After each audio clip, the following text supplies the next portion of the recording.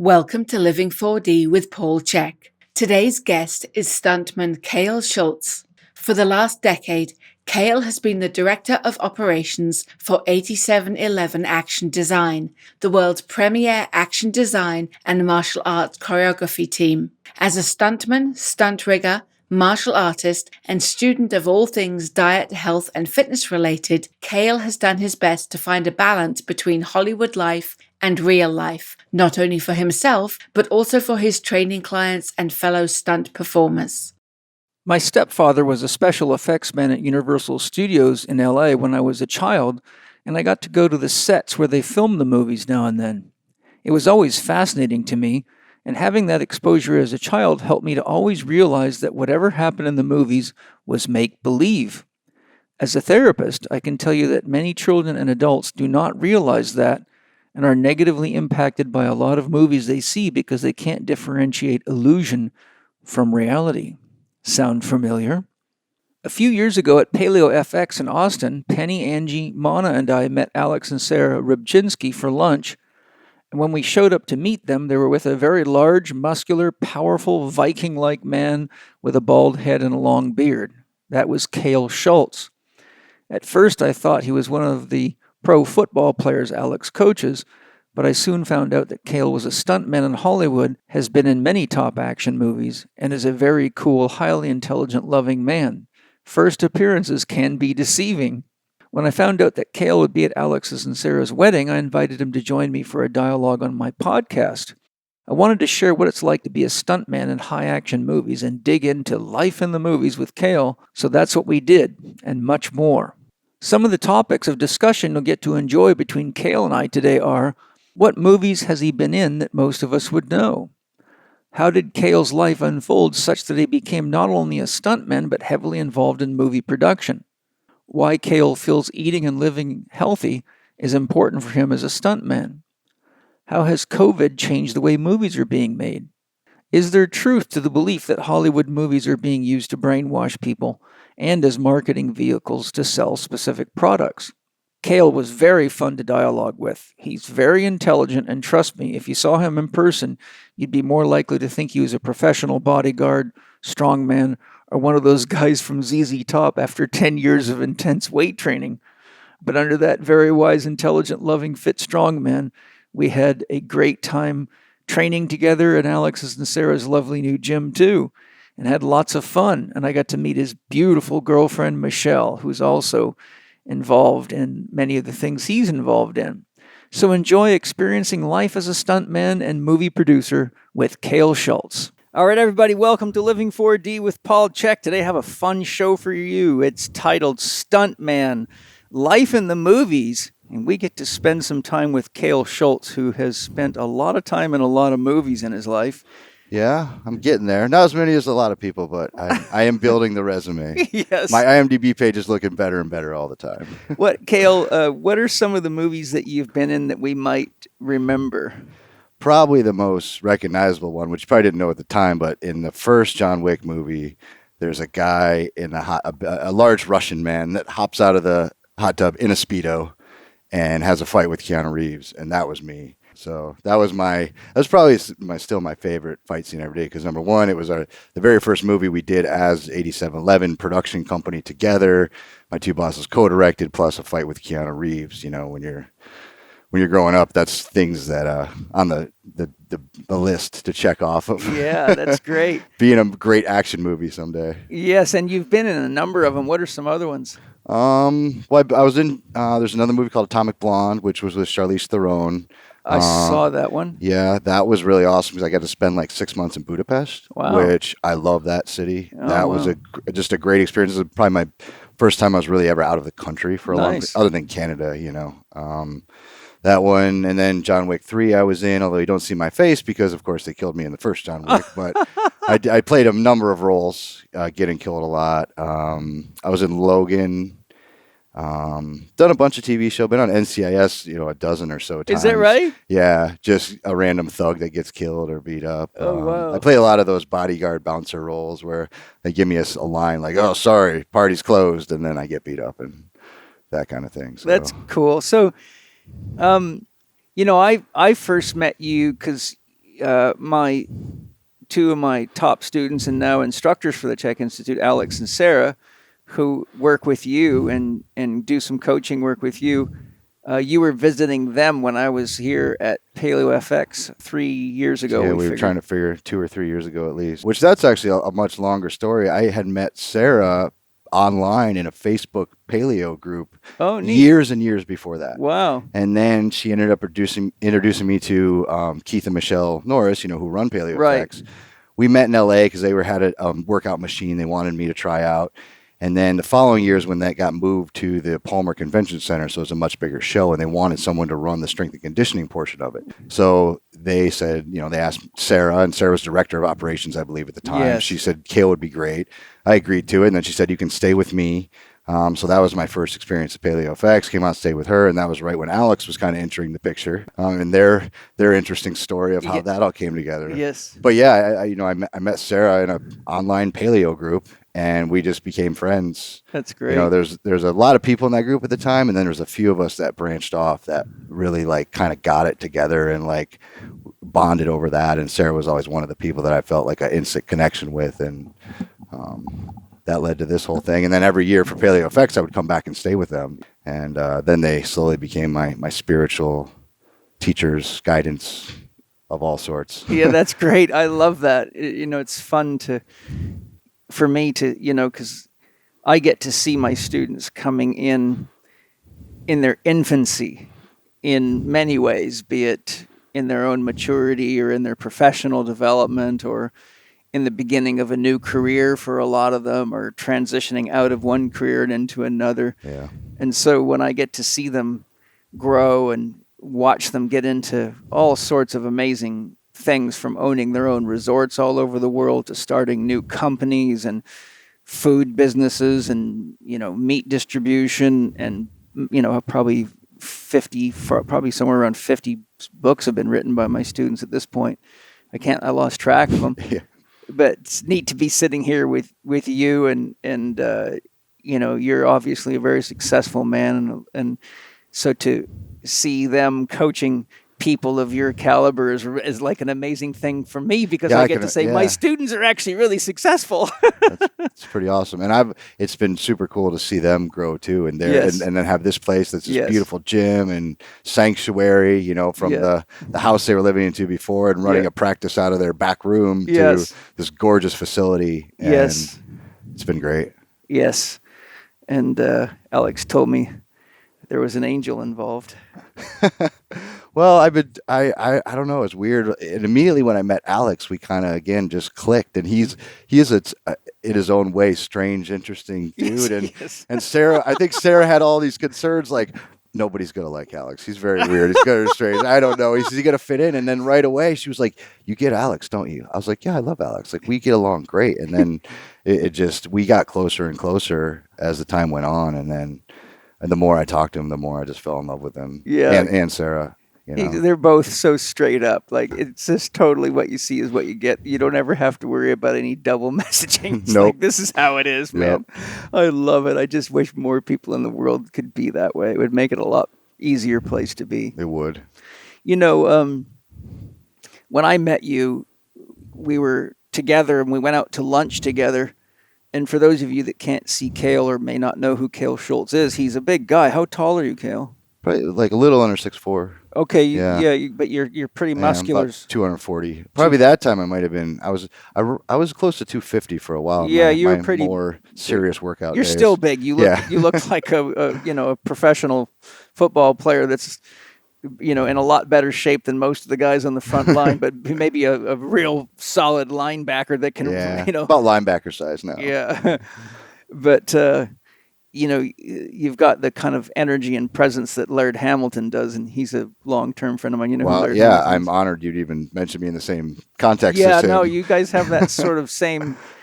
I call Laird. He's like a giant oak tree. There's not much that's going to move him unless he wants to move. I've never personally met him. I saw him once down in Hermosa Beach, and I met his wife awkwardly one time at another training facility when I kind of barged in on. She was doing some sort of women's workshop of some sort, and they're neighbors of ours at where my training facility is. And I went over there to do something at their place, and she was teaching this. And I walk in, and I just had some gi pants on, no shirt, and there's these women standing there in the lobby, and they look at me like, I think you're in the wrong spot. And I was like, I look up, and she's what? She's 6 foot. She's but just I think Yeah. I think she's 6'2". Yeah. Her and Laird are the same basic height. And they were super nice, of course. But they look at me like, are you sure you're in the right spot? And I was like, yeah, Natalie owns this place. She trains. I'm here with I'll be back. I just like walked out and then called Natalie. I was like, hey, I think I interrupted something. You would love Laird and Gabby. They're as real as it gets, Yeah, I would love to meet them. And yeah, I'm sure. Well, maybe one day I'll see if I can facilitate that for you. Tell me when you're in LA next, and I've been using his superfood creamer since it came out. That sits in our office shop. I don't like the crap they mostly sell in the stores. No, and then I found that one day, and it's great. Did you catch my podcast with Laird? I did. Yeah, that was a good one. Yeah, that was a really good one. Yeah. Which is cool because I've never actually heard him speak before, really. Right. And such a great guy. Yeah, no, he's a very deep guy. He's more than just an athlete. So when I met you and we went out to lunch together, and I just had this amazing experience of just being in your energy field and seeing that inside of this very powerful big man, there's a really soft central core.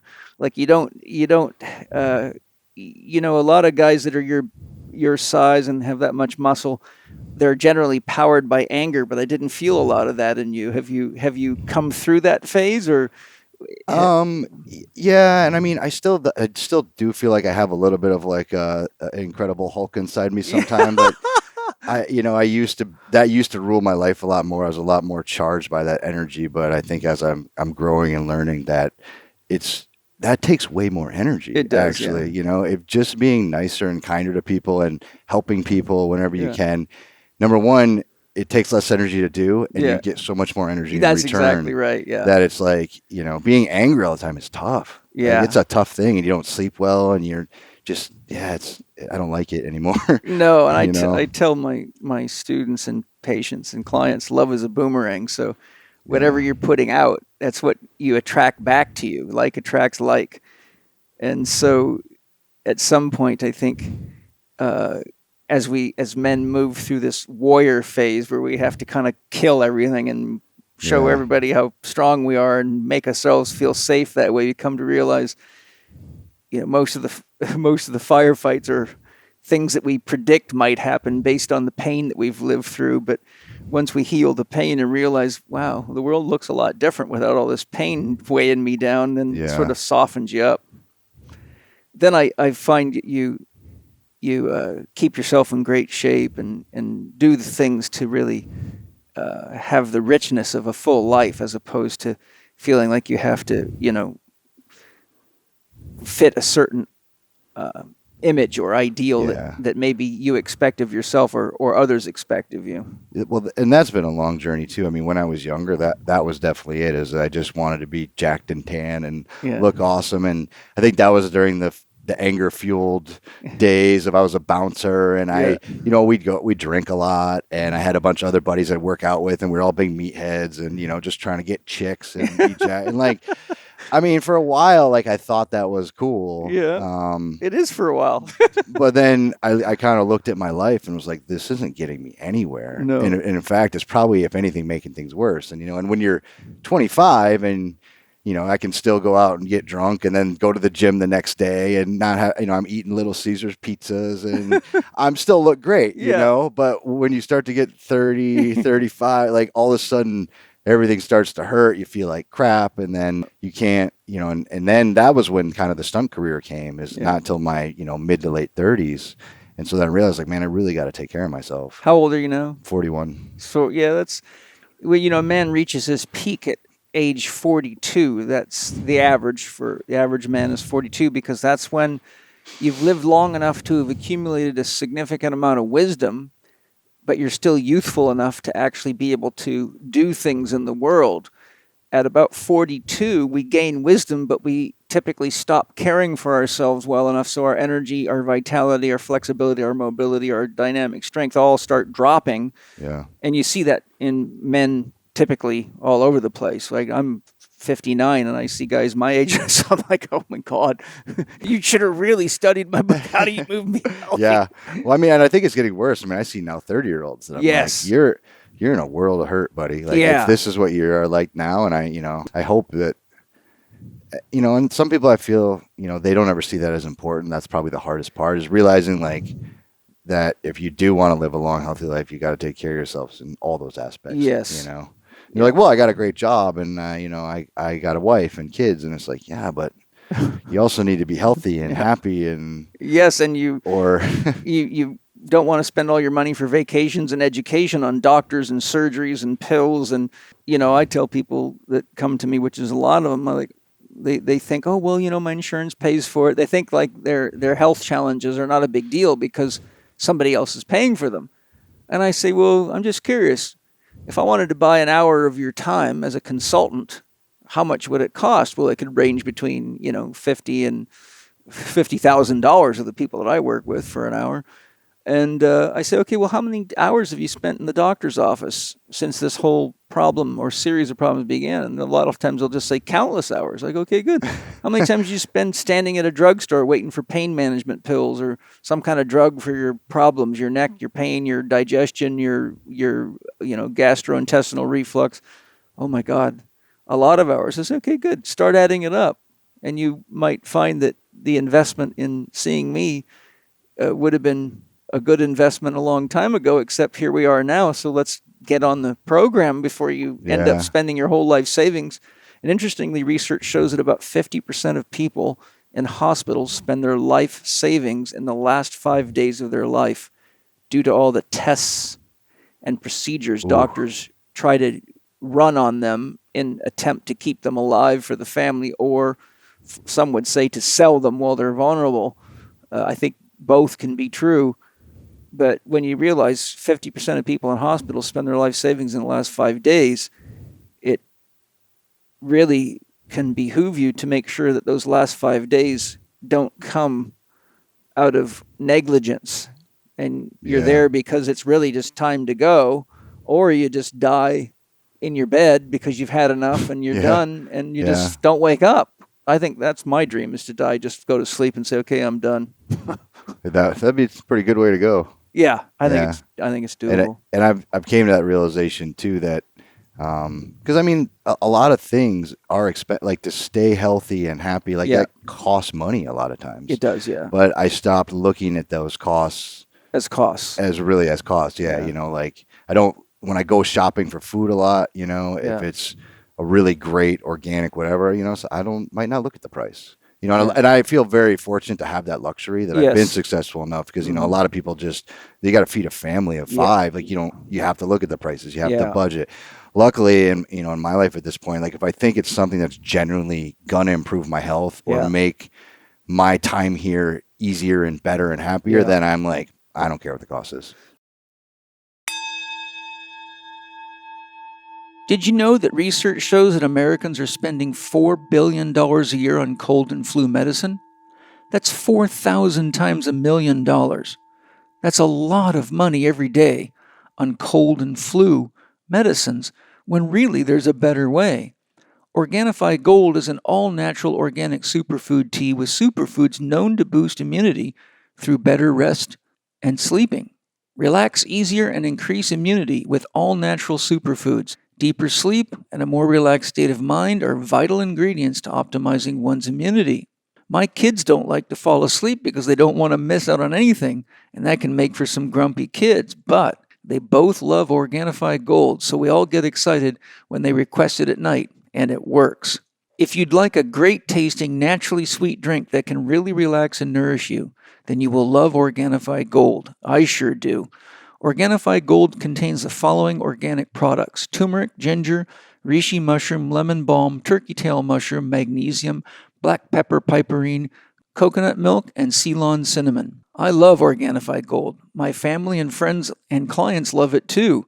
And if you're ready to get great sleep and awaken feeling strong and ready for your day, with the beauty that only sleep can give, then Organifi Gold is not only for you, but it's a great way to make sure you're getting a deep enough rest to recharge your immune system. And we all know the importance of that today. Go to Organifi.com. That's Organifi.com. And on checkout, use the code capital C, capital H, capital E, capital K, 20. That's Chek 20 to get your Living 4D 20% discount off Organifi Gold and any Organifi product that you'd like to enjoy. I love Organifi, and I know you will too. You know, the thing too is I tell people, look, the government, we don't have a government anymore. We have a corporate headquarters. What we call a government is really just a bunch of large corporations fighting over who's going to get to brainwash us the most to spend money on their shit. So if we want to change the way the world is, then the only way we can do it is to vote with our dollars, and that's what we do when we purchase stuff. Yeah. If nobody buys stuff from companies that are ruining the planet, then they have to retool and figure out how to do we sell something that they'll buy. I used to say this, years ago when I was lecturing all over the world in the exercise industry, strength training, powerlifting, all that kind of stuff. I would tell them, look,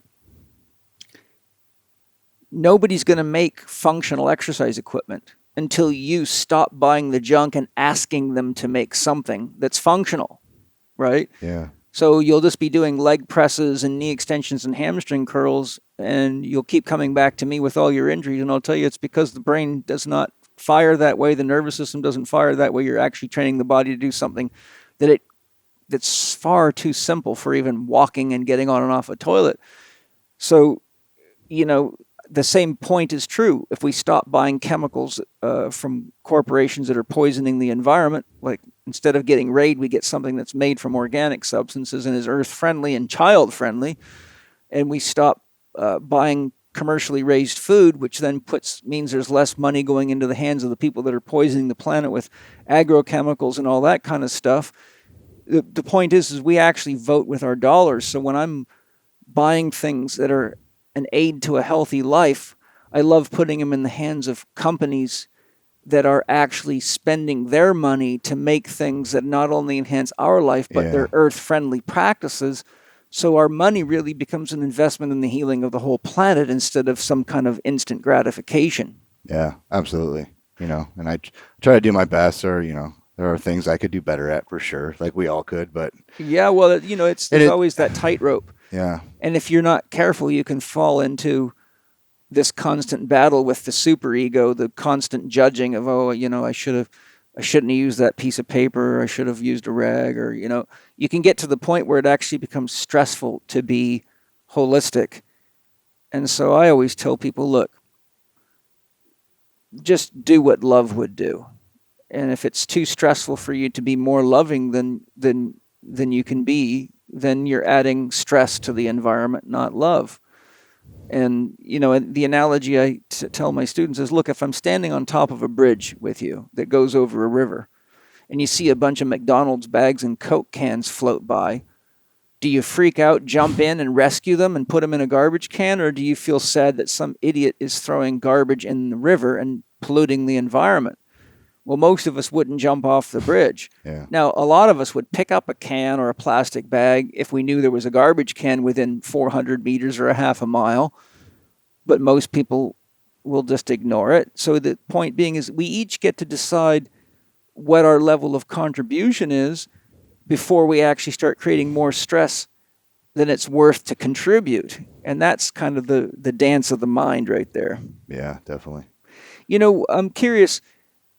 Give us a little, take us on a journey of how you grew and developed into, as you were telling me earlier, you don't just do stunt work, you do a lot of different things, but you're deep inside, an industry that many fantasize about being in, and you've obviously created a niche for yourself. I mean, obviously your body is one of your tools because you're a very big, strong, good-looking man, so it certainly is going to open the door to certain types of roles. Like you'd be perfect in a Viking movie. If I was going to cast a bunch of Vikings, you'd be in it. If only they'd shoot them over here. They always want to shoot them in Europe. Of course. Yeah. So hopefully we'll get another. We might on the DL. We might get another crack at the Highlander series. And yes, that would be perfect. If that happens, then I will play a Viking. I don't care what it takes. Yes, because you're kind of like a Conan Viking type man. I don't know. Did you get a chance to listen to my podcast with Kedrich Olsen on the Vikings? Yes, I did actually. And runes. Yeah, and the ruin. Okay, the ruins. Yes, yeah. That was really cool. Wasn't that great? Yeah. Wasn't it amazing how deep the Vikings' philosophy and spirituality and the way their society was balanced between the men and the women? Yeah, because and I learned so much about it because you just have a picture of a Viking who's just this rage warrior who's just raping and pillaging, and then you're like, nah, they're mostly farmers, and if they had to, they'd go rob the neighbors, but it wasn't, and like we all do, at some point. And I'm sure some found more joy in that than others, of course, of the species. There's always testosterone laden young men in every group, for sure, and it was a different time back then. But it wasn't just this warrior nation. It was like a very educated, very well dressed, highly groomed. The stuff they knew about building boats. Yes, I mean, just phenomenal. And the fun part for me is and I asked Kedrich. I said, there's a philosophy or a belief out there that the Vikings raped and pillaged all these villages, but they always took the best looking women and kept them to have their children. And so the sort of the concept is the Vikings just went in and just stole the women they want, like it or not.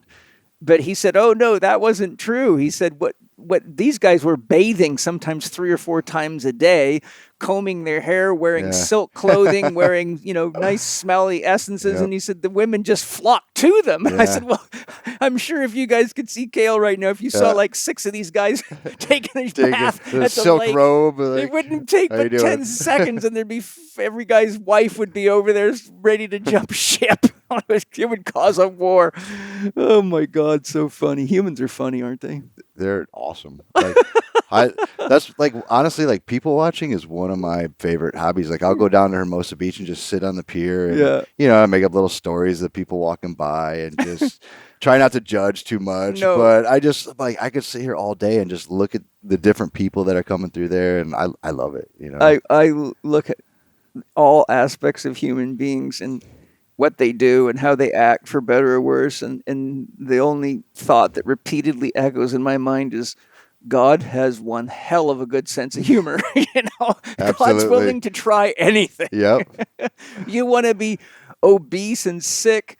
God says, yes, let's give it a go. You want to be Michael Jackson or Prince or Donald Trump? God forbid. God says, yes, let's do it. We need one of those. Let's try it. Let's see how it works out. And then he's up there going, well.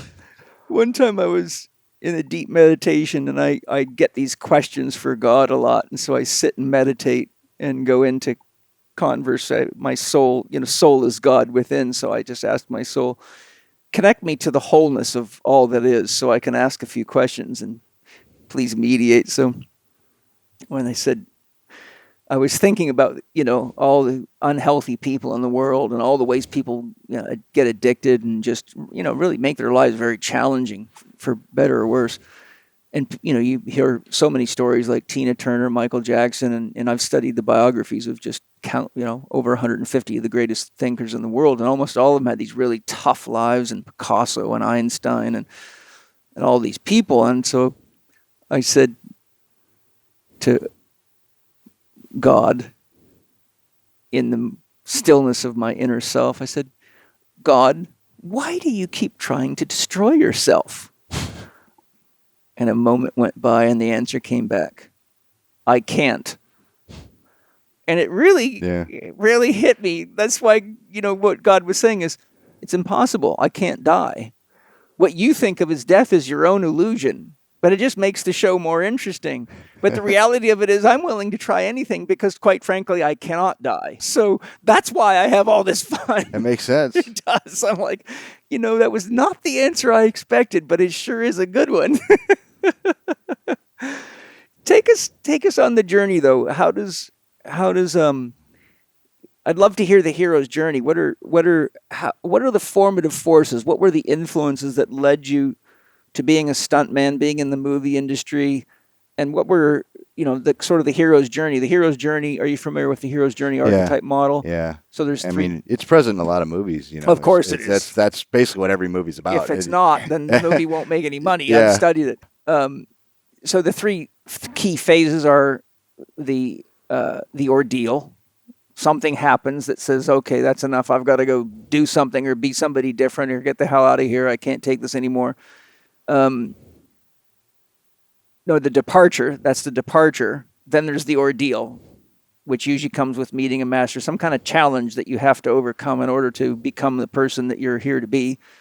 And then the return. Okay, now that I've had the challenge, I've been through the ordeal, I know how the world works. This is what I have to bring back to the people, because I can see a lot of people suffering from the same ignorance that I once had, or the same challenge, etc. So tell us about the departure. What were some of the ordeals, and are you, you're already returning, because just the conversation we're having right now is the return, right? Yeah. Your observations of health and life. And, I guess I've never thought about my own hero's journey before. Well, that's my job, is to get you to do that. Yeah, here we are. I mean, briefly, like I honestly never thought of a film career in any way. I went to college for electrical engineering, got my engineering degree. That was kind of my plan, and it was based on, I saw my parents, they're still married. I had a phenomenal childhood, and no real complaints, and we weren't perfect, but just enough where we had not everything we wanted, but everything we needed. Two very loving parents in their own ways, and I had a sibling, my sister Monica, she's gone through her own journey that's way more stressful and tough than mine ever was. Well, blessings to her. Yeah, and she now is this, she's a single mom with two kids, and she is, like, I call her the mother rhino, because she has built herself into this phenomenally powerful being. That's great.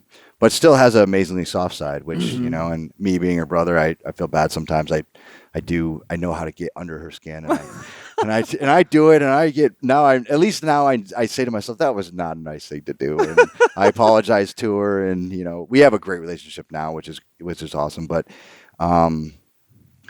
so I always thought I was going to have the house and the white picket fence and the kids and the minivan, and that's where I thought I was going. And I guess the departure was after college. I went to college at Penn State. I moved back to Michigan, and I was living with some friends, and that was kind of right when the first housing market kind of crashed. And things started, in Michigan at least, started to kind of take a downturn. The crash hadn't happened yet, but you could tell things weren't as good, and I couldn't get a job out of college, which I feel like that year was one of the first few that. Everybody else I knew, all the other engineers I knew that graduated the year before, they had multiple job offers right when they graduated. Wow. And I didn't have any. And, my grades probably could have a little bit better. But, I had an electrical engineering degree from Penn State. I thought I'd have multiple job offers. I almost ended up in the Marines because they were hiring. Well, yes, they're always hiring. Officers training program, $40,000 signing bonus. Yeah. Like, it sounded great. And then I talked to a few people about it, and they're like, I don't know if that's really for you. I probably would have done okay, but... Probably, but you'd have got tired of being told what to do by people that aren't very intelligent. So I was kind of lost for a while, and then I found my way into this environmental consulting job, which was... I learned a ton, but it was basically hazardous waste testing and removal, asbestos, lead, mold. And we were going into schools in Detroit and testing and removing it. At the end of the day, it was an honest job, and I'm removing asbestos from schools, making it a better place. But then I ended up kind of in a sales job career after that, doing heating and cooling work. So all the time I was learning a lot of trade skills, technical stuff. I always liked building with my hands. My grandfather was hugely influential in my life, and he was a tool and die guy, farmer. He farmed until he was like 70, had cows, So I still really liked working with my hands, even though I was pretty intelligent kid and quite well educated, but never really went on the electrical engineering path, because after that 4 years of college, I realized I didn't really like that at all. That was just way too much, and I knew I'd be in a cubicle doing that kind of stuff. And I just, so I know exactly what you're talking about, because when I was in the military, my training was in the repair of weapon systems on Cobra helicopters, and I did just under a year in electronics school, 8 hours a day, and I found myself, I worked my ass off, got really good grades, but by the time I got to the unit, I'm like, I can't just undo access panels with screwdrivers and hook up computers to analyze equipment.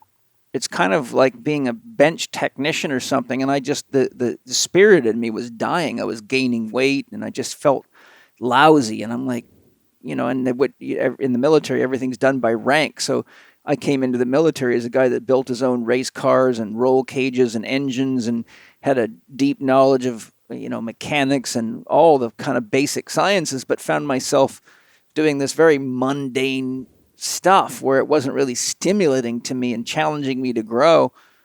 So that's when I activated Plan B and said, okay, I got to have to fight my way out of this. I got to get on the boxing team so that I can at least exercise every day and then do whatever I want to do when I'm not boxing. So I'm hip to what it feels like when you realize, someone with a lot of spirit in them that wants to move and express themselves physically can get very trapped in an environment like that. And I think I was suppressing that spirit greatly, thinking I needed to be on this path to, in my quote unquote normalcy, where I have the house and the white picket fence. Like that's where the only way I could go. Yeah. And I was going to live in Michigan my whole life and just that's the person I was going to be. And and then in 2008, which I think was when the actual crash happened, the first big one. Yes, I have painful memories of that. My job kind of washed up and I kind of got laid off. And for about a year, I was in a serious depression I was collecting unemployment. I was playing Xbox a lot, golfing all day. And then I had a job as a bouncer at a bar. So I'm going to the bar 4 nights a week and drinking and bouncing and then playing Xbox all day. And it was like a solid year of that and I didn't realize at the time, being the person I am, and I'm strong and I'm independent and I'm smart, like I'm not depressed. I'm not, I'm fine. No, I was in a shit spot and I just didn't want to admit it. Yeah. And my significant other at the time, she did her best to help me, but I don't think she knew how to fight that battle with me because I'm a pretty strong, independent person who will just shut people out. And I don't need your help. I don't need therapy. I don't need to talk to anybody. I'm fine, Yeah. And that was so about a year of that, and then my cousin Kelly was shooting a movie in Michigan, and she called me and said, "Hey, would you want to work on this movie?" And I was like, "Sure. What do I got to do?" She's like, "Well, you're going to be a PA, which is production assistant, which is kind of about the lowest job you can have on a movie. Like you just walk and people just yell things at you and they go get coffee, go wipe that guy's butt, go whatever you." I could just imagine you wiping somebody's butt. Yeah. First of all, how would you get into the job? Yeah.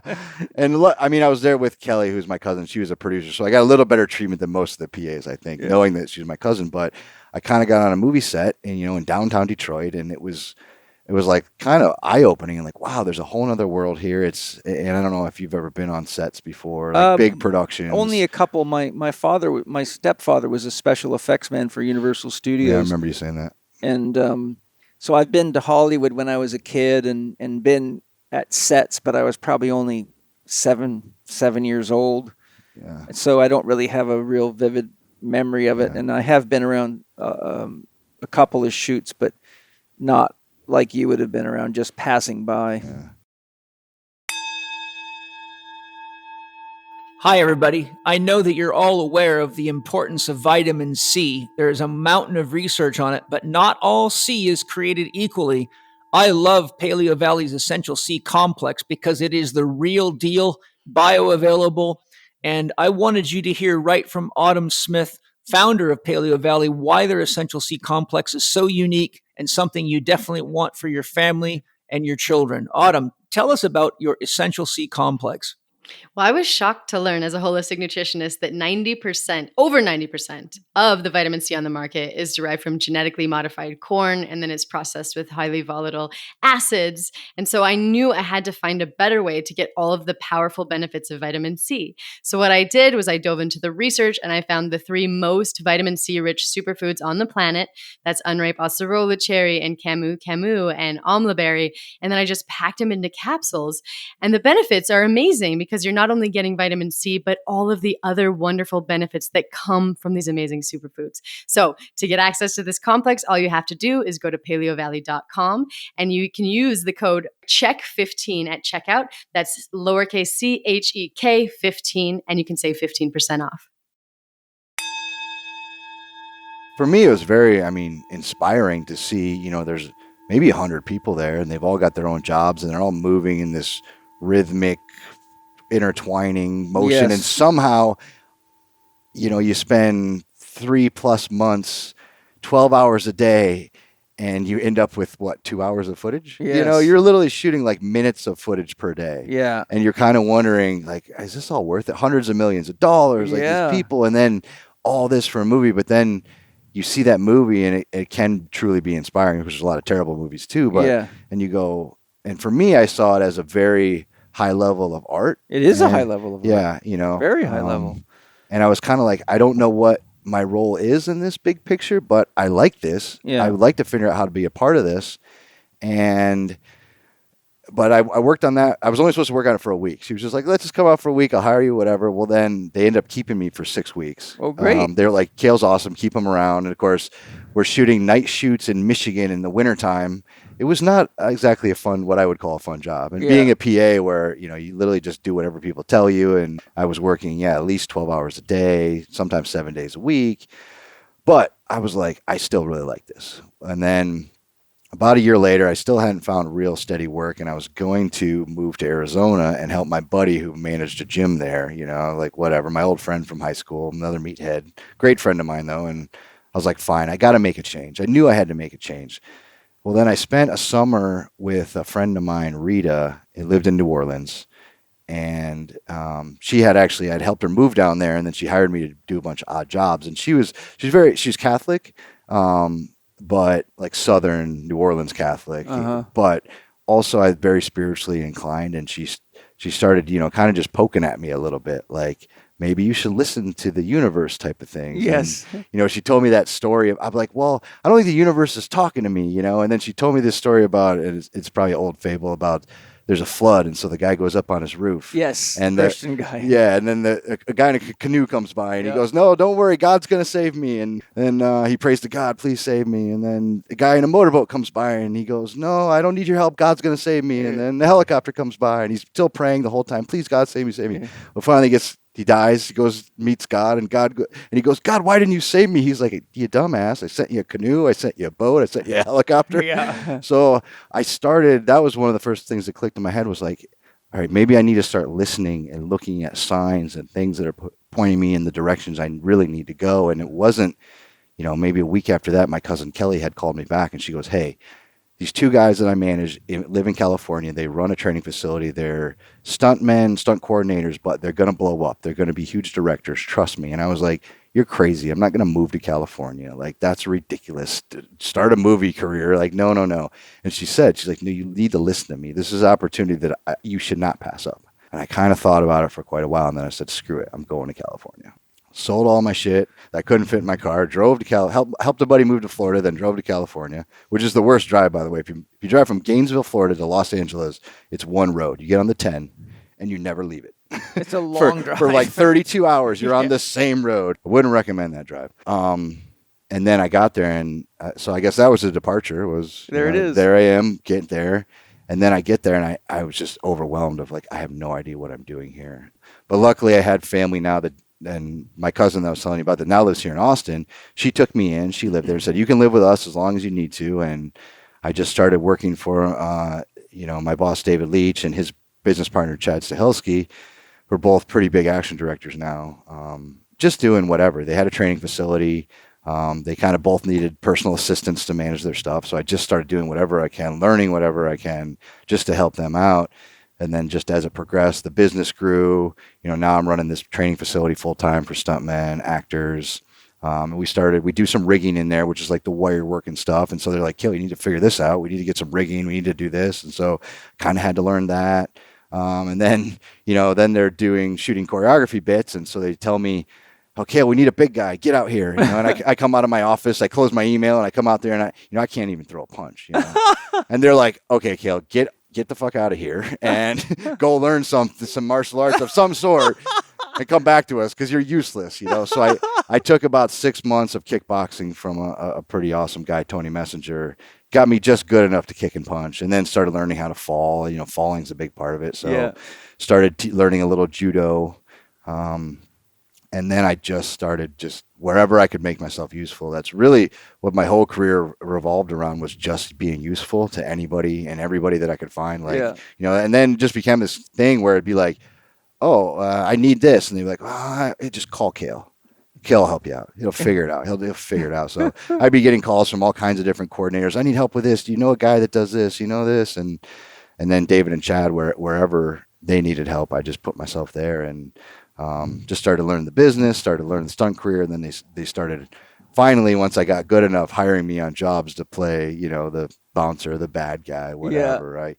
I still don't, even now I find it weird to call myself a stunt man or stunt performer because I look at some of our team members who are legitimate badass ninjas, you know, like they're falling off of buildings, they're hit by cars, they can do double backflips, been doing martial arts since they could walk, and then in my mind, those are the real stunt performers, and I'm just the big guy who gets smashed through the walls, but they need that too. So I found my niche, I found my spot, plugged myself in wherever I could. And then that's where it's gone from there. And now that David and Chad have both directed huge movies, Chad did the whole John Wick series. Dave has now done, Atomic Blonde, Deadpool 2, Hobbs and Shaw, about to do another one soon.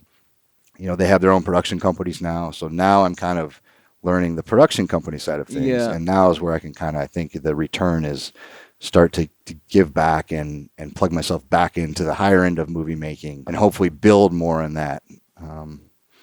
Great. That's what an exciting journey. What are some of the ordeals that you had to deal with to get to where you're at right now? I mean, a lot of it was learning how to survive in a world. And I had a great mentor when I moved out there named Logan Hood, Navy SEAL. What was an ex-Navy SEAL? I don't know if you're ever an ex-Navy SEAL, but he had got out of the SEALs, but now he re-enlisted and he's back in. But he was the trainer at 8711, the personal trainer there. And he trained all the guys for 300 and that kind of thing. And he really had a good, I think, grasp on how to survive in Hollywood and not become a total asshole. Right. Maybe in a short version. And so he did a great job of mentoring me because I was like, very quickly, I'm meeting these celebrities. I'm out of, all of a sudden I'm sitting at a dinner, with Keanu Reeves. And I'm thinking to myself, and it starts to get in your head a little bit. Like, oh, I'm this big shot. I'm important. And then he'd be like, you're a nobody, man. Trust me. Like, you don't. And even like Keanu Reeves is barely a somebody compared to the higher ups and the higher ups. It's like, and so he really kept my head straight. And he was actually the one that turned me on to a better style of diet and training. Good. He gave me actually Gary Taub's book, Good Calories, Bad Calories, more of just exploration and can you actually get through this freaking book because it's awful to read. Like it's a giant thick book and it's not exciting. It's and I got all the way through it and I was like, wow, I was really but then he gave me some more interesting books to read about basically diet, and that's what took me down the paleo path for the most part. But he was very instrumental in and I'd say that was the biggest ordeal was like trying to stay grounded, but also do big enough things, you know, like you got to fight that. And I see a lot of people lose it where all of a sudden they're too important, too cool for school, won't return a phone call now that they made it big. And I never wanted to be like that. And you haven't become that kind of person. I felt that a few times, and I've turned down jobs, that I'm like, I don't want to do that. And then I'm like, what am I doing, man? So, and then my boss, David, shot a short film and it kind of is his own calling card type of thing. And I really didn't know much about production side of things yet, like how to put together a film, how to do all that. And he kind of handed me a script and goes, look, I'm going to need you to do everything for this. I don't have the time. He was directing another movie. And I was like, I don't know anything about this. He goes, well, we'll figure it out. And you've done it before. Yeah. He's like, figure it out. So that was a huge thing for me to go through and see and just be like, if you look at the short film credits on that, I got like a associate producer credit, but also like catering, all this, just my name is in there like 19 times, because I just You're very important. Yeah. You're the spider weaving the web at that point. And then, I think martial arts has been a big, journey for me and getting over the hump of when you first, I never was interested in martial arts. I never really cared for it. And then, my boss, Chad Stahelski, he found a way to impress upon me that was very necessary. And I did start to delve more into the philosophy of it. And I do like training, I like being uncomfortable. I don't know if I like being uncomfortable, but I need to do that, for myself. And so, I started taking judo with him and that was a very, when you don't take up a judo career at 35 years old. That's very hard on you. You know, and every day, like I'd wake up and just everything hurt. I thought I was going to die, but like you rally, you train, you know, and I'm sure there were better ways to approach that. But, you know, he was also old school martial artist that like you punch the wall until it stops hurting your hand, you know, that kind of thing. So, and then I kind of fell in love with jiu-jitsu. And that's been a whole nother spiritual journey and learning the ins and outs of that. And, so, I mean, there's been multiple, just, I guess, literal ordeals along the way of just things I had to go through. And then you get on a movie set and you're working, like I said, you know, sometimes 7 days a week, 12 hours a day, you're getting zero sleep, you're staying out of a hotel, like, and for some people aren't cut out for that. No. And I don't think that's a very healthy way to live, regardless, even if you can get through it, you know, that's the thing. How do you deal with eating real food and stuff in a situation like that? It's a balancing act, and that's why, you know, I would love to clean out my diet totally and only eat perfect, but I know when I go on the road, I'm gonna have to consume some things that I don't want to. So I still, I guess, I don't know what you call it, hormesis or whatever, but like try to keep a little bit of that in my system, you know, like every once in a while I'll have some bread, you know, because I don't really have gluten issues, you know, over huge ones anyways. Every once in a while I'll have a little milk, you know, a little dairy. I'll eat a candy bar, you know, just so I know it's not going to kill me. A buddy of mine called that the Cockroach Principle. He said you have to eat just enough poison to keep yourself tough enough to endure the environment. And, you know, though I do understand it, I just have a body that's so sensitive to that stuff. And I'm so used to being finely tuned that, you know, I can't eat with gluten because it just messed me up royally. But if I even eat a couple of gluten-free cookies, it's going to cost me for about 3 days of itching and feeling very uncomfortable and foggy-headed. I always thought too that was like a double-edged sword. Like sometimes I wish I had those sensitivities so that I could actually just make myself never eat a bad thing again. But then again, I'm also feel very blessed that I don't have those sensitivities. Yeah, no, so it's like it's a balancing act. And but a lot of times, like I'm the guy that's packed a cooler and I've got my food there because sometimes the catering's pretty good. You know, they just have some chicken or some beef that's relatively, I guess, call it unfucked around with. As far as it could go, and I'm okay with that. And then they have some steamed vegetables. And I bring my own protein bars. There's a company called Marigold Bars that makes these awesome protein bars. They've been giving me. I've been supporting them, and they've been supporting me for years now. And they're probably the cleanest protein. But I hate to do a little promo for them. That's good. I love them. Like and the lady that created them, they're here in Texas, and they built this family, and they hired all these women that didn't have jobs doing other things. Like it's just been a great story, and I love their bars. So those I always travel with, and she's great. She'll send them. I'll tell them I'm going to be in San Fran for 2 weeks. Here's the address, and she'll send me a case of those. And so that way I always I have something to eat that I know is good for me. Yeah, that's the thing. A lot of the guys though, they don't want to prep like I do, you know. But I take it seriously now. So I'll go to. If there's a Whole Foods or a Trader Joe's around, I'll go and buy the food I need, keep it in the fridge, and prepare my meals. And I eat in my hotel room a lot. Yeah. But every night they're like, "Let's go to dinner. Let's go to this." I'm like, I don't think so. Like I'm, you know. Yeah. I've got some grass-fed beef that I prepared, and I'm gonna eat that. And so. Plus, you probably want some time just to be quiet with yourself, wouldn't you? Yeah. And like I still always I prioritize working out. Yeah. That's the thing that I think. Number one, it keeps me grounded, but always seems to reset my clock. Yeah. Like when I'm traveling somewhere and, you know, there's a time change, my body knows that, like, I'm going to work out, I'm going to eat, and then I'm going to go to sleep. Yes, yeah. So no matter what time of day it is, like if I plan my workout correctly, my body starts to realize, like, okay, here's our new time schedule. Yes. And my circadian rhythms seem to adjust a little bit. Yeah.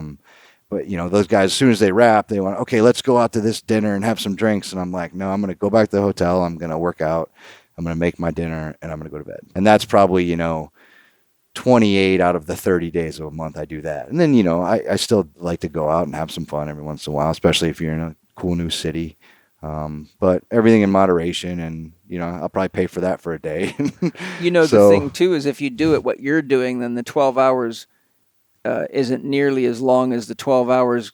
I'm sure you're in good enough shape and health that if you had to go eat chicken McNuggets and standard crap Yeah. like Donald Trump feeds our American football players, Oh my God. you'd probably find that within a week or so, your whole reality would start shifting, and you'd feel more tired and more Yeah. bogged down and mentally more tired and wouldn't sleep as good. It would be like a spin down effect. Yeah.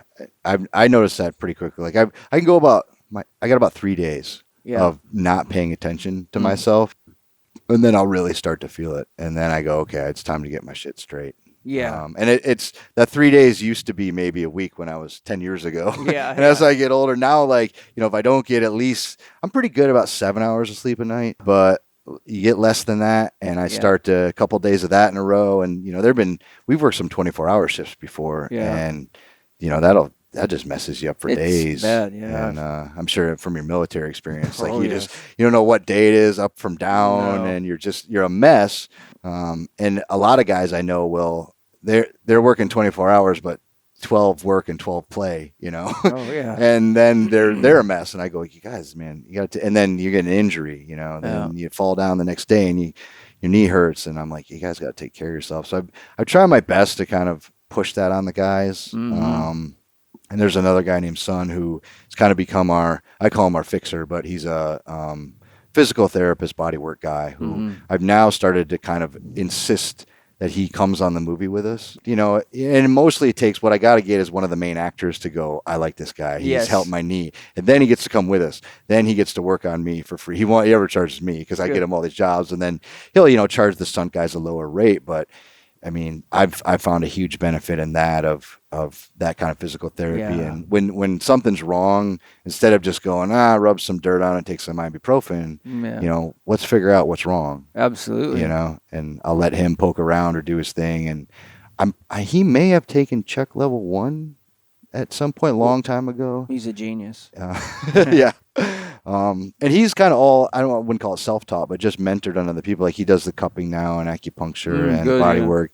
And he's just great. He just understands the body. And so now a lot of the stunt guys are starting to see him on a regular basis. I know, like, hey, is Son around? Like, I need this. And then on John Wick 3, Halle Berry had a bit of an injury, and I hooked her up with Son. And then she said, okay, Son's coming to Morocco with us. No questions about it, Good.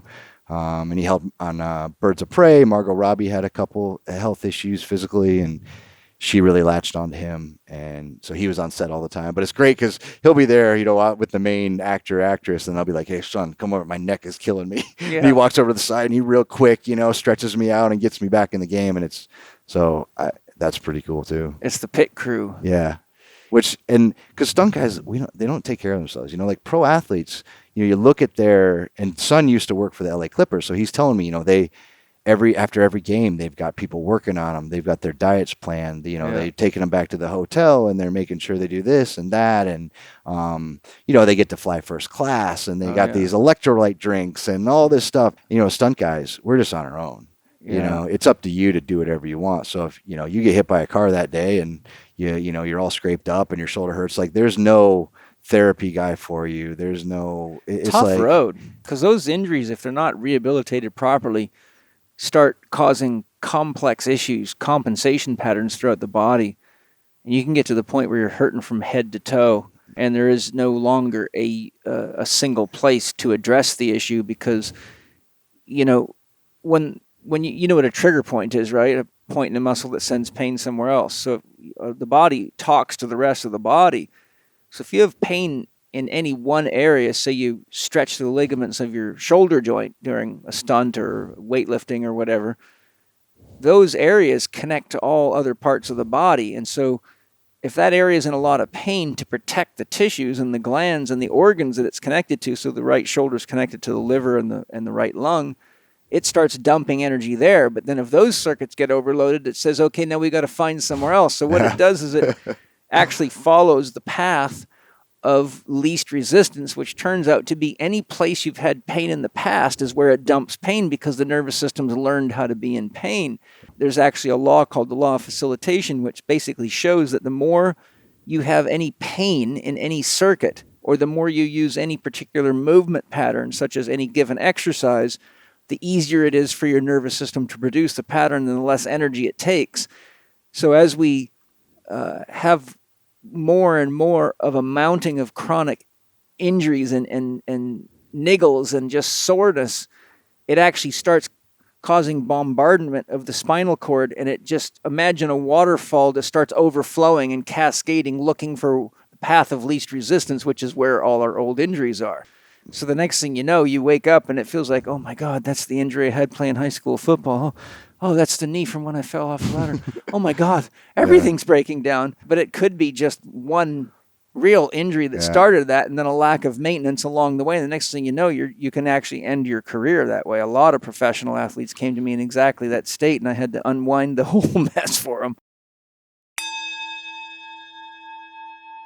If there's one mineral you should be worried about not getting enough of, it's magnesium. Magnesium is the body's master mineral, influencing over 300 critical reactions, including detoxification, fat metabolism, energy. Even digestion is influenced by the presence of magnesium.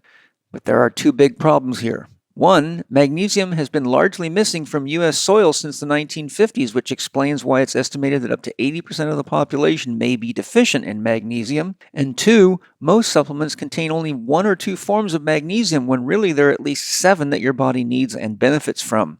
If you take this latter fact into consideration, it's not illogical to conclude that 90% of the population is likely to be deficient in 2 or more essential forms of magnesium. The good news is that when you do get all 7 critical forms of magnesium, pretty much every function in your body is upgraded, from your brain to your sleep to pain and inflammation reduction. And it all improves fast. That's why I'm so excited about what my friends at Bioptimizers, makers of industry-leading digestive supplements, have just created. The research team recently formulated what I believe to be the ultimate magnesium supplement, easily the best I've ever seen or experienced, with all forms of this mineral. They even include trace amounts of something called monoatomic magnesium, which helps make all the other forms more bioavailable. This is by far the most complete magnesium product ever created, and until or unless someone comes out with a better one, I highly recommend you give it a try. Bioptimizers calls this product Magnesium Breakthrough, and they're running a special promotion for you at bioptimizers.com/living4d. That's bioptimizers.com/living4d. And right now, during the entire month of November, Bioptimizers are running their Black Friday and Cyber Monday until November 30th. This is the best time of year for incredible deals. On select products, you can get free shipping, up to 40% off, and they're even giving away free bottles of Masszymes, P3OM, and their HCl Breakthrough with select orders.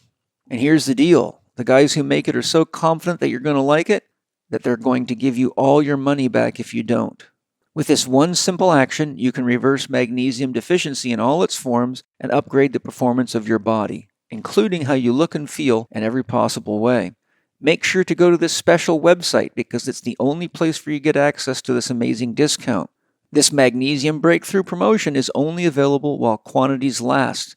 Again, that's Bioptimizers, bioptimizers.com/living4d. That's bioptimizers.com/living4d to get your amazing deals on Bioptimizers, great products, and Magnesium Breakthrough.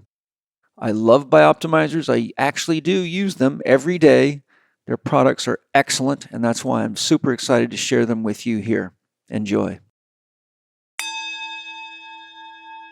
It's usually my knees that always give me issues, but it's never my knees. Like when I start getting work done, it's like it's a trap, or it's a hip, or it's a groin. A lot of times it's my groin, and I feel it. So it's exactly what you're saying. I think it's my knee hurts. No, my knee's fine, but all these other things are hurting upstream. Yes, and when you get those things upstream fixed up, and all of a sudden you get up to walk and your knee's not hurting, you go, the knee bone is connected to the hip bone, and the hip bone's connected to the pelvic bones, and the old song's true.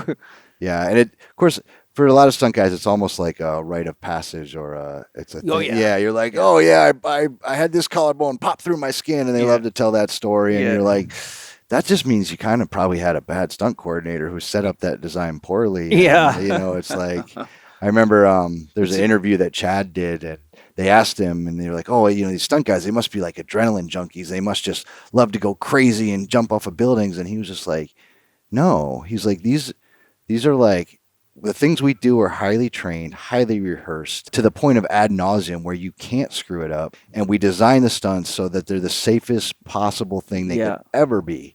And to the point of like, production is so mad about all the money we spent just trying to make sure he doesn't break a pinky, you know? Yeah. And he goes, so no, it's not just about being an asshole and an idiot and jumping off a building. Yeah. Like, it's about how to make a super safe, predictable, rehearsed thing look awesome. You know, that's you're looking at the wrong end of it. You know. Yeah, there is. I know there is some wildness though, because well, for sure, if you're gonna jump off a building, no matter what, Yeah. like you got to have a little bit of crazy in you, I think. well, you see, one of my clients is Robbie Madison. You ever heard of Robbie Madison? I have heard the name. Yeah, he broke all of Evel Knievel's records and done some absolutely mind-boggling stuff. I've rehabbed him from some very serious injuries. And, one of the things he did is he jumped the London Bridge on his motorcycle and did a backflip in the air and landed on the other side. Holy crap. And he jumped off a freaking skyscraper in Las Vegas, right off the top of the building, down up a ramp, and just wild stuff. And he was in one of the more recent David Craig James Bond movies. And I don't know if you saw that one, but there was a scene where a motorcycle was racing through a bunch of buildings and jumping from roof to roof. Well, that's him. Oh, really? And he got hurt doing that. And it took, I think he said it took him a month to film all those sequences, but he was telling me, man, he says it was intense to have to do those extreme high-speed stunts over and over and over and over and over again. Yeah, and that's the hard part because, when you got the guys like Evel Knievel, they just... You do it one time and hopefully they live. Yeah. We got to do it 15, 20 times. Yes. And then it's really, if something terrible happens, the production might end. So like we've built a lot of the safety into it and repetitive, like, okay, we've rehearsed it for months. Like, can you do it? Okay. Can you do it again? Now, can you do it 15 times? How tired are you going to be at take 8? Like, can you really get through this? And so if you've got a good team and a good stunt coordinator, and hopefully a director that understands that, which is why I think that my two bosses have been so successful, is like they came up as stuntmen. Yeah. Chad doubled Keanu Reeves in the Matrix movies. Dave doubled Agent Smith in the Matrix movies. Dave doubled Brad Pitt in a lot of movies. So they know what it's like to be on that end of it. Yeah. And then when they get to make an action film, they understand it from, the bottom up, where a lot of times you've got a new director who did a commercial, he or she, did a commercial out of film school and then pitched the movie and they go, okay, you're the director now. And you go, holy crap. And they know nothing about action. Yes. They don't even know that much about camera, why I think, like, especially the John Wick series has been, if you really look at it as the way it's shot and the stunt performances, like it's really, really good because they finally let a guy that understands stunts and action do a movie. There was, that is like one of them, especially I think it's John Wick 3, all of them, but that last one, I remember just like, it is one intense scene after intense scene. It's just like, it's unbelievable how many stunts and how much theatrics and choreography, like there's, to put that together has got to be really a lot of moving pieces, even to act it out, because there's just so many things coming at him from every different direction and all these different weapons. I'm like, Jesus, Murphy, that must take a hell of a lot of time to plan all that out so nobody just gets killed in there. Yeah. And I mean, we probably 6 months of prep work, of our team training with Keanu and with everything. And a lot of those guys are so good at this point.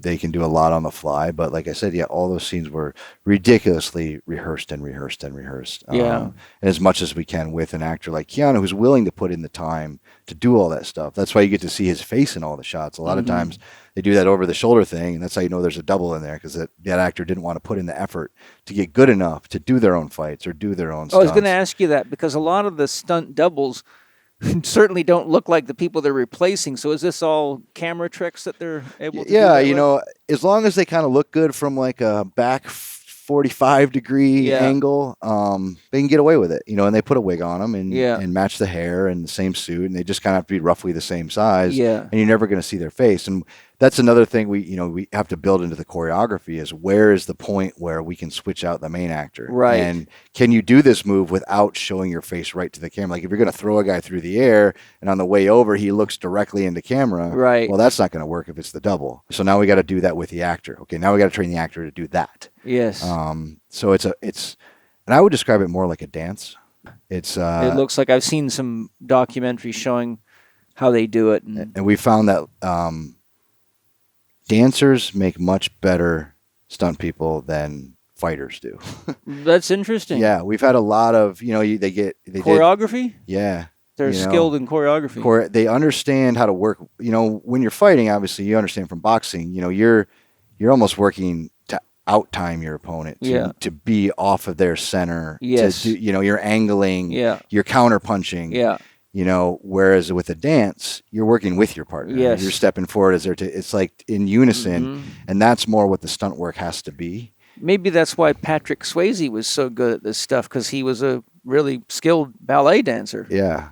I mean, it pays huge, and also they understand beats, Yes. We say, we'll do it. Okay. It's, because a lot of, we talk about it as beats as well. Like this is a 10 beat scene here.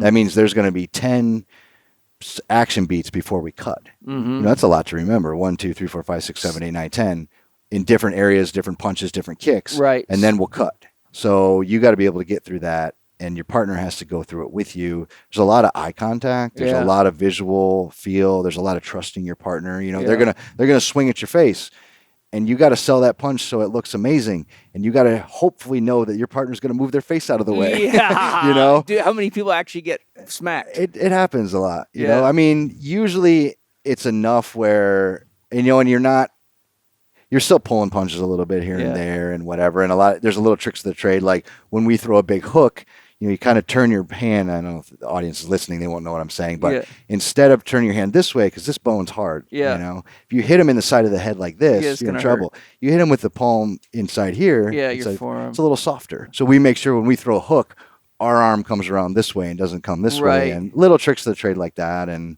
it's usually the actors hitting us that they were supposed to throw a hook and they threw a cross, and you moved your head here and it was like crack, and you're like, but it's always, as a stunt person, it's always your fault. Just so you know, it's always your fault. Shit always rolls downhill, baby. Especially if like you accidentally hit an actor, you better be.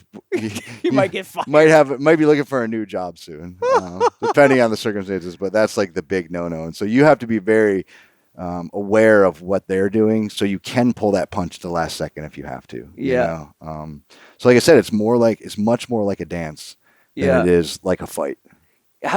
Speaking of that, like the Kill Bill movies, there was like some of those sword fights. You've seen that, right? And Uma Thurman's certainly fun to watch, or I should say, look at. And her dad, Robert Thurman, is one of my heroes. He's a Buddhist scholar and really amazing. Have you ever listened to him talk at all? I haven't. Oh, you should look up Robert Thurman on Buddhism. He's really deep and lovely. But I remember, like, I think it was the last one, the scene where she was in a restaurant and these guys are all coming at her with swords. Something 88. Is that what they called the bad guys? I can't remember, but there was like, this thing went on for a long time, and there was like so many moving pieces to this. I'm looking at this, coming from a father who was a special effects man at Universal and having a sense of what a movie's all about. I'm like, that must have took a hell of a long time to choreograph all that, because there was people swinging swords at every bloody angle all over the place, and you could see, wow, someone could get hurt doing that. Oh yeah. And those are what make, in my opinion, like the great, like you obviously remember this. Like, you didn't, there's a lot of times, and my boss Chad talks about, I spend a lot of more time with him lately, but he'll talk about like, we'll choreograph a whole fight scene and he'll watch and go, okay, cool. I didn't remember a single beat of that. And it's like, okay. And what he's telling us is there has to be memorable things in there. And, that's like, obviously you remember that for that reason. So those are the things that I think as a someone who makes art, and it's like that in every picture. Like you're going to remember something about that picture. You're going to remember something about a song. It might not be the chorus. But there might just be one line in that song that really spoke to you. And I think it's the same with movies, and especially the way we look at fight choreography is in every scene or fight scene, there needs to be something that makes you remember that scene for a reason. That makes me think of something. Have you ever done any work with Jason Statham? Yeah, we've done a lot of work with him. What's he like to work with? He's great. He trains pretty heavily. Yeah. And he was an athlete, of course, as well when he was younger. He was like an Olympic diver. Oh, was he? And so he's a great actor too. He has that awesome British wit and Cockney slang a little bit. But he's trained with our team a lot because we did, of course, the Expendables movies. But then what was the other one? Parker. He was in. The reason Safe. Safe is a good one. That's the one with the little girl, right? Yeah. Where she has all the mafia's numbers in her head. Yep. That was a great movie, actually. The reason I thought of him is because one of the things, I have a background in martial arts, not just boxing, kickboxing, taekwondo. I spent a lot of time getting beat up and beating people up. But every now and then you see a movie or you get an actor like that. And what I loved about his martial arts style is it's very practical. It's not often so flashy and flamboyant, high spinning kicks. It's really very, for me, what I would consider to be practical martial arts. I was always wondering if that was his actual style or if he was taught that as part of the script of the movie. A lot of times, and that's another cool part about our team and why people come to us is what we really specialize in. Of course, we can make you a great fight scene, but we can also build you a style for that character. And a lot of that comes out of talks with the directors and producers. Like, what do you really want this person to be like? Do you want the crazy kung fu master Bruce Lee, or do you want a brawler or in between? Do you want somebody very clean and polished, or do you want it like messy and dirty and barely getting out of there alive? So we'll help create that style, and that's saying we came up with that John Wick, like we call it gun fu style. It just happened. It wasn't originally planned that way, but that's what we developed it into, and so. A lot of that gets to come from the choreographers and then also the character, and of course, him being a white guy, British, like if he starts throwing jumping spin kicks, you're going to be like, I don't know about that, so it's a harder bit of a sell. Plus he has that like, I don't know if it's called, it's an angry tone to him, but he's very intense and like that. So that's a guy that's going to do, quick, lethal movements, that put people down in one or two punches. He's not going to be jabbing and dancing like a butterfly, floating like a butterfly, stinging like a bee. Not a Sugar Ray Leonard type. No. How many of these lead actors that are in these real action movies are actually truly skilled fighters themselves, and maybe even do some of their own stunts? Well, I mean, the firan everybody always talks about is like Tom Cruise. Tom Cruise, and he does legitimately do all his own stunts. Oh, does he? Yeah, that's amazing. It's impressive. Yeah. I mean, he's done stuff that most stunt people have never done. Wow. But then I guess it depends on the stunt, and a lot of it he has the I guess the producer control now too. A lot of it comes down to liability issues where. Right. Like maybe the lead actor goes, set me on fire and push me off the building. And the production goes, no frickin' way. Because if anything goes wrong, our movie's over. Us, it's not that you can't do it, So, of course, I see a different side, I think, because the movies we do, we require a lot of that from our actors. Like if we're going to do that movie for you, then you're going to put in the training with our team, How about Vin Diesel? Is he a martial artist, or is he I don't know much about him personally. I mean, a couple of our guys have done the Fast and Furious movies, but he has his own group of people that he likes to train with. So I honestly don't know much about him. I know like Robert Downey Jr., he does a lot of martial arts himself. Like I think that was part of his recovery from other things. He got very deep into martial arts, and so he's pretty skilled. Director Guy Ritchie. I mean, I've never seen the name yet. He did like Snatch, Lock, Stock, and Barrel. He did the latest Arthur. I think it was called Arthur, the King Arthur. Oh yes, remake. yeah. Great director. Also did Sherlock Holmes. I think he did the Sherlock Holmes movies with Robert Downey Jr. Okay. At least the second one, first one, I don't know. But of course, he's a director, not an actor, but he's a legitimate jiu-jitsu black belt. Wow. And there's a lot of these guys that you're finding out, and sometimes it's a director or this other guy, but they all have their little things. Like I rolled with oh God, what's his name? I feel bad now. You ever see Dawson's Creek? Mm-mm. It was a I don't watch teenage much show. television. Yeah, it just was a something to teenage, wind down kind at of a night. teenage. Oh, what is his name? But he came in and rolled with us, and I was like, oh my God, this guy's really good at jiu-jitsu. And Joel Kinnaman's another actor who is, he's a legitimate, and most of my experience has been with jiu-jitsu because they'll come and train with us. That's kind of what we're into right now. But Keanu's been doing martial arts for a long time, since The Matrix. Wow. And he puts in the work, and we taught Charlize Theron for Atomic Blonde. Like we developed that kind of very smash mouth fighting style for her. She put in all the work, and plus she's like 5'11". She's an imposing woman. Yeah. And strong presence, great actress. Yeah. I wouldn't really want to catch an elbow from her. No. So it's more, I think, I don't know much about a lot of the different actors, but I know that if they want to come to us and put in the time and effort, we can turn them into something pretty great. I'm sure all of you know that mushrooms have a wide range of amazing healing benefits, and they're talked about a lot in the news these days. There's a huge amount of research going on. And one of the companies that does a lot of research and produces excellent products, of course, is Symbiotica. And they have an amazing new organic longevity mushroom product. So Shervin's here to explain to us exactly what we can expect from this amazing product. Shervin, what have you guys got coming out for us? This one's exciting because, as you know, me and my family, we've been hunting mushrooms in the forests of the Pacific Northwest and, Northeast Canada for a long time. And medicinal mushrooms, the background of it being a Taoist immortal practice coming from ancient China. This is something new, and this is the first time it's ever been done before. Nobody has ever made a liposomal mushroom complex ever in the history of supplementation, at least in this epoch.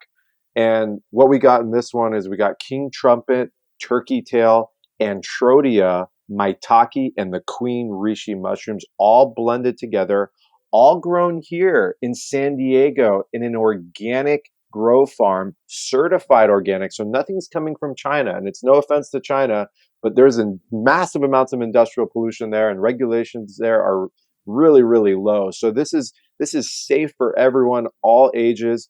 We use organic cacao extracts, and this is almost like a dessert. It's so delicious.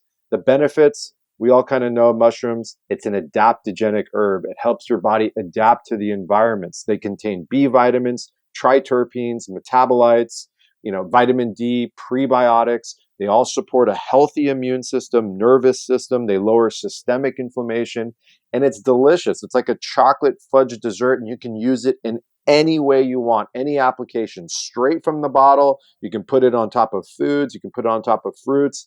I mean, this one's going viral right now in so many ways, and I'm really excited for everyone to try it. Well, head on over to Symbiotica.com, Cymbiotika, and get your happy California-raised sunshine mushrooms with some high-end chocolate. And what a great way to start your day and know you're loving your body.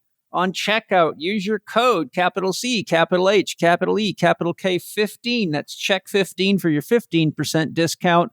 And while you're there, check out all the amazing products at Symbiotica. You can't go wrong. So there's actually, sounds like there's a lot of real legitimate martial arts training that you have to put them through just to even be useful, even with a stunt double. We try, and a lot of that's up to the actor and the production. Well, some people go, I don't. They're just going to double me for that. I'm not doing any of that. I'm not touching a gun. Yeah. I don't want to touch a knife. I don't need to train. I don't need to do any of this. You're just going to double me, and they're out of it. And I feel like that's a poor attitude, but I do respect that. Like if that's the way they want their movie to go, we'll train the double to look as good as. We're just there to facilitate the best movie possible. So sometimes they give us a pile of gold, and sometimes they give us a pile of shit, and we make the best Out of what you the get. best poop you could ever want to Yeah. see. Look at. Yeah. I just know that if I was in that industry, or if I was an actor, I would want to be as authentic to the role as I could. You know, like it would bother me to know that a bunch of doubles were doing stuff that I could have done to keep the, shall we say, the spirit of the character as congruent through the movie as Yeah. possible. I agree, and I would be like that too. I mean, a lot of it comes down to how much time they have, you know, because Yeah. some of them go back to back from movies. You know, they finish a movie, and 2 weeks later they're starting another movie. Yes. So they might not have had that time, because if you want to do a movie like John Wick, you're looking at, 3 to 4 months of training, 4 to 5 hours a day. Plus, we had him doing, tactical gun work, driving, all that stuff. He had to learn how to ride horses for John Wick 3. Yeah. That was all stuff he wanted to do. And he's willing to put in the time. Now, if it's, say, a different actor or actress who's like, I'm done with this movie in November and I want to start this one in December, it might be a time thing. And I've seen a few. I can't remember right off the top of my head who, but in the last couple of years, I've seen like 2 or 3 movies come out really close together, all with the same lead actor. Someone like maybe Brad Pitt. I'm like, geez, how do these guys do this many movies? Yeah. It's just one right after another. And it becomes, I think, a lot like any other job. You get good enough at that. For me, like when they give me a line, they give me one line and I got to play this, like it stresses me out. Like I got to think about this. I got to wrap my head around this character. And I literally have to say one line with a Russian accent and I got butterflies for a week, But I imagine when you're a level of Brad Pitt, it's just like clocking in at your office. Like, Yes. you're like, here we you go. And of course, and then there's actors like Daniel Day-Lewis who literally become that person. Yes. And I remember, I think it was on like the Lincoln film, the whole crew could only call him President Lincoln. They never used his real name. Like Right. once he stepped on set, he was Yeah. Lincoln. Yeah. And even at home, Yeah. his wife would call him President Lincoln. So he just became that person for that period of time. And that's why you only see him. He puts out a movie like one every 3 years tops. I've met because- actors that have had to go into rehab because they became so fully identified with the role that they couldn't find themselves anymore. I can see that. I actually ran into a pretty successful actor in Australia who was visiting one of my students who was a highly skilled Czech professional that was working with this guy physically, emotionally, mentally, and spiritually to bring him back. And he'd been out for 3 years because he got, I think the movie shoot he was on was like a year long, if I remember the story, but he got so deeply immersed, and it was like the second or third time that he had a hard time transitioning out of the role because he became so unified with the character that it was really screwing up all his relationships because people were like, who the fuck are you, man?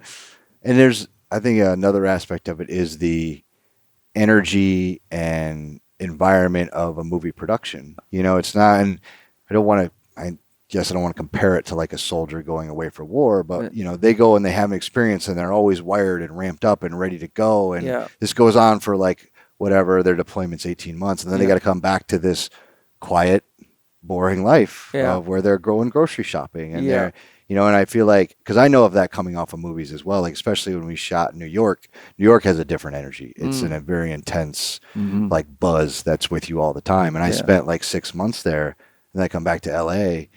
Or no, I went right from there to my parents' house for Christmas. It wrapped up right before December. And I'd wake up 7 a.m. All right, what are we doing today, Mom? She'd be like, we're going to make some cookies. And then we're gonna have dinner, and I'm like, "That's it? Like, what? No, listen, we should do this." And like, that I was drinking a couple glasses of wine like every day at lunch just to chill myself out because I was so just ready to go all the time. And I imagine that too for an actor that's literally been, and they probably have a more stressful schedule than even stunt people do. Because there are days where we're not on set. We don't have to shoot that day. We weren't in action, but as a lead actor, you're probably there almost every day. So then you go from that crazy everyday other person lifestyle to like normalcy, whatever that may be at this point. I can imagine that for a lot of people is tough. Yeah, it's very tough. When I was a paratrooper, it was intense. I was in a 0-1 priority unit, which means you're the first to go to war anywhere, so you're always on high alert, and they rotate through the different units of that caliber in the 82nd Airborne Division. So I think there was 3 other attack helicopter companies, if I remember right. I was in the 82nd Combat Aviation Battalion. But you're on 0-1 priority for, I can't remember how long, X number of weeks or months. And so you got to be ready to rock 24/7, At the drop of a hat, you're in action. And if anything breaks, it has to be worked on nonstop till it's fixed. And I've done 40-hour shifts, and just felt like crap. That's how I got addicted to coffee.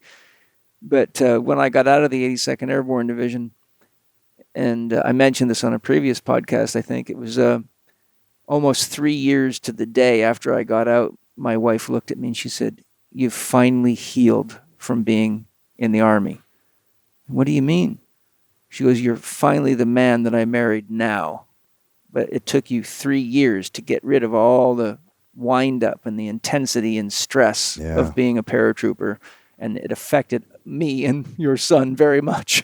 But you don't even realize it when you're in it because you're just so used to constantly being on go mode, and you just can't even give yourself permission to feel tired, or you just got to keep yourself jacked up. Just You ever seen The Hurt Locker? Yes. I feel like they did a very good job of that. Yeah. Explaining that part of it. Yes. And then he tries to go home and he's just like, what's happening? What am I doing? Yeah. And then he ends up going back for deployment, even though he didn't have to. He just felt there. So yeah, I can see that. And I Jones for it a little bit too. When I haven't worked, like this COVID thing I'm thinking, when am I going to get to go? Because I never used to like to travel, and I've found that I really like going, experiencing new things now. Like I said, the time in Budapest was awesome. I did some longer stints in Vancouver, even beautiful. Atlanta, San Francisco. When we shot Logan, we were in Chama, New Mexico, which was really awesome because there's like nothing in Chama. It's like right at the north border, the Colorado, New Mexico border, and you're about 10,000 feet up. And that was a different experience too because the altitude kicked the shit out of me. Like I had a rough time for about a week.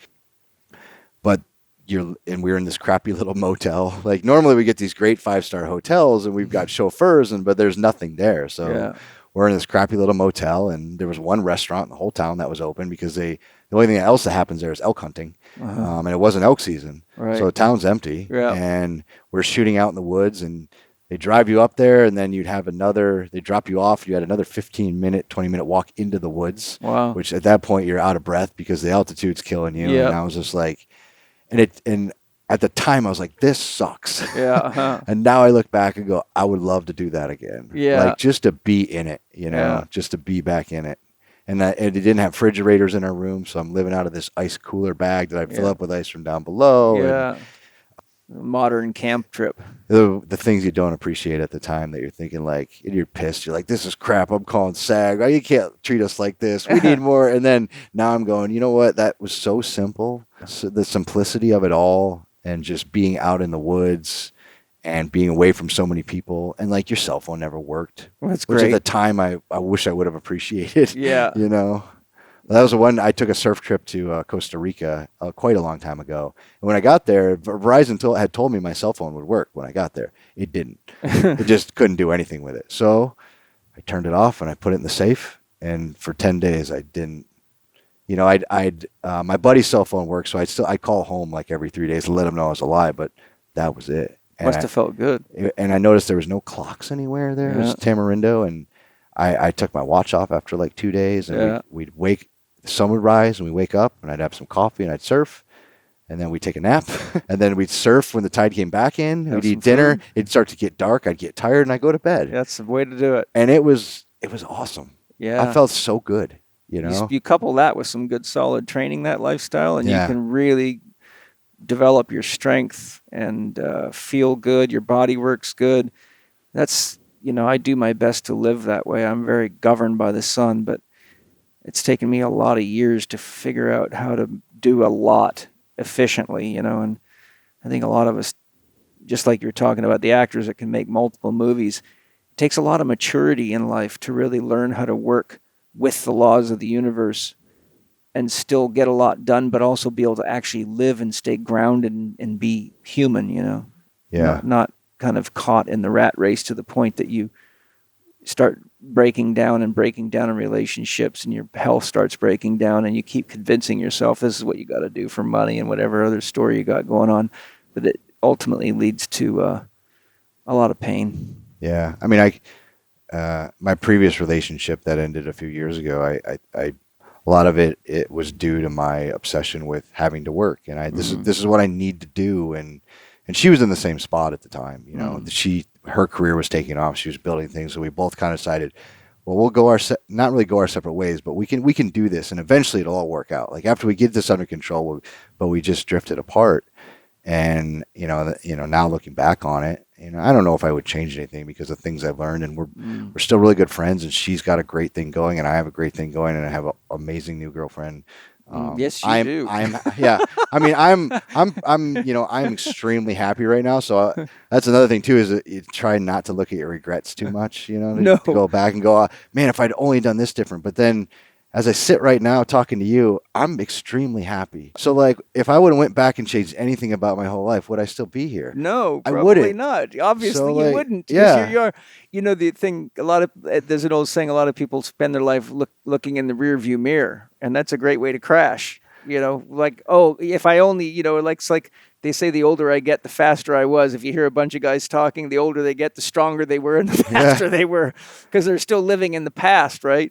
But it's there's a lot of magic and mystery to life if you can get to the point in your life where you realize that a lot of the challenging and painful situations ultimately turned out to be the forces of direction that led you to the greatest moments of tremendous beauty. Yeah, I agree. And I tell you that story about my friend telling me to look for signs. Yes. And I started to notice those. And then now I have those moments where I go, I'm pretty happy. Yeah. And it's such a good feeling. Yeah, me too. And I hope, I see a lot of other people that are, and maybe they'll get there eventually, but they're so caught up in thinking that they need to do these things to eventually be happy. Right. And now I'm 41, and you can't ever get that time back. So No. I'm trying now to, like, I guess, stop and smell the roses a little more than I've ever done. But still stay motivated. I think that's the balance. It's like, it is the balance. I still have so many things I want to do, but yet, like I said, just right now in this moment, I'm still appreciative of it, and I'm genuinely happy. So I don't have any real regrets, I can say. Hey, that's a sweet spot to be. So it's really interesting. Kind of, it feels like I'm getting to be inside the movie industry, and I love hearing the journey, and I love how you didn't have any conception in your earlier stages of being a guy in the movies, and just sort of the life drew you into this experience, right? And that's the golden thread I talk about to people a lot. I say, look, you may not know what your dream is, but if you just stick to the things that give you a sense of connection and meaning, they'll turn out one day to be an amazing set of skills that you developed during times when you reach the point in any given one experience where you said, okay, I'm not happy anymore, I've got to go do something else. Or, I've been in situations where I was doing jobs that I just felt like, God, I am not using my brain. This is just pure grunt work, and it's feeding the family, but I got to get out of here as quick as I can. And then later in life, those skills turned out to be something absolutely essential that I needed at that given time. And I'm like, oh my God, it's so good that I did that job on the fishing boat, or I did this job or that job, because I wouldn't have known what to do right now. And so you get to a point in your life where you look back and you can see there was a magical force drawing you to all the people, places, and experience that ultimately shaped you into the person that you become, right? Yeah. And a lot of times I tell people, I have electrical engineering degree, and they're kind of like, oh, really? And first they're amazed at that, but then they're also like, man, what?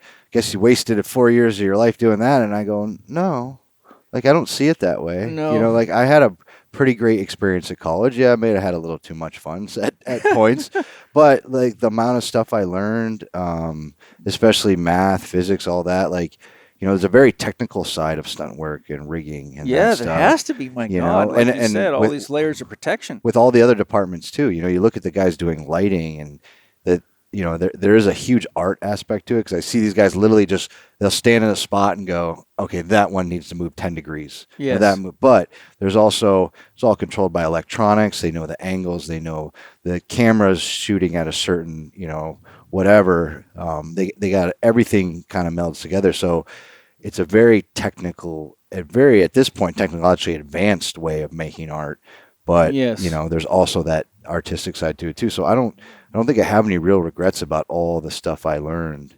And then, from I did maintenance at apartments for probably a good year of my life, just fixing toilets and doors and light bulbs. But like, you learn a lot that way too. And it just a kind of like can-do attitude where no jobs below me at this point, You know what you learn a lot with those types of jobs?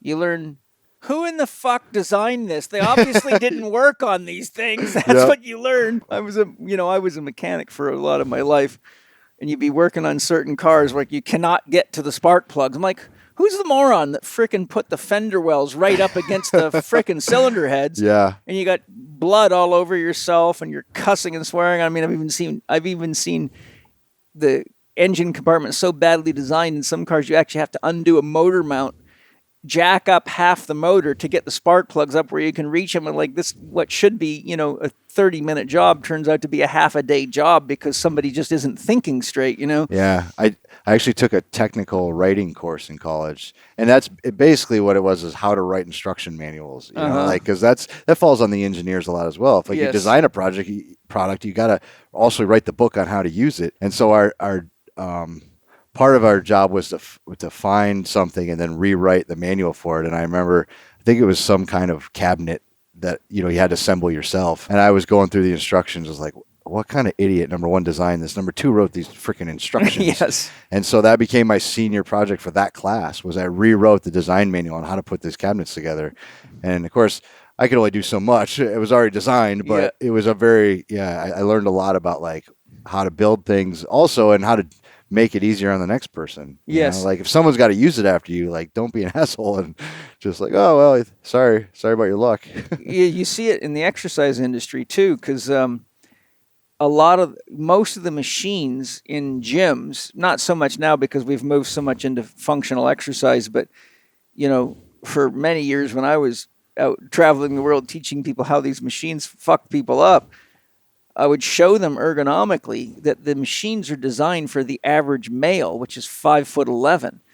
So if you're 6'4", the machine doesn't fit. If you're 5'6", the machine doesn't fit. If you're a woman, unless you're 5'11", you're screwed. And a lot of injuries come from the fact that the mechanical angles of force don't match the momentum of the joints, or the point at which the joint can handle the most load, for example. And so a lot of people are getting injured, and I'm like, who in the world built these things? Because they obviously think human beings are robots, not biological organisms, Yeah, there's a lot of crazy machines out there. We worked out at a gym when we were in Ohio on a family vacation, and I saw some crazy, I think I took some pictures. Maybe I can show them to you, but some of the contraptions they had in there, and they were obviously old. And I'm a pretty smart guy. I got an engineering degree, and I've been in a lot of gyms, and I looked at it and was like, I don't know what that's for. I have no idea how to even get into that or what that's supposed to do.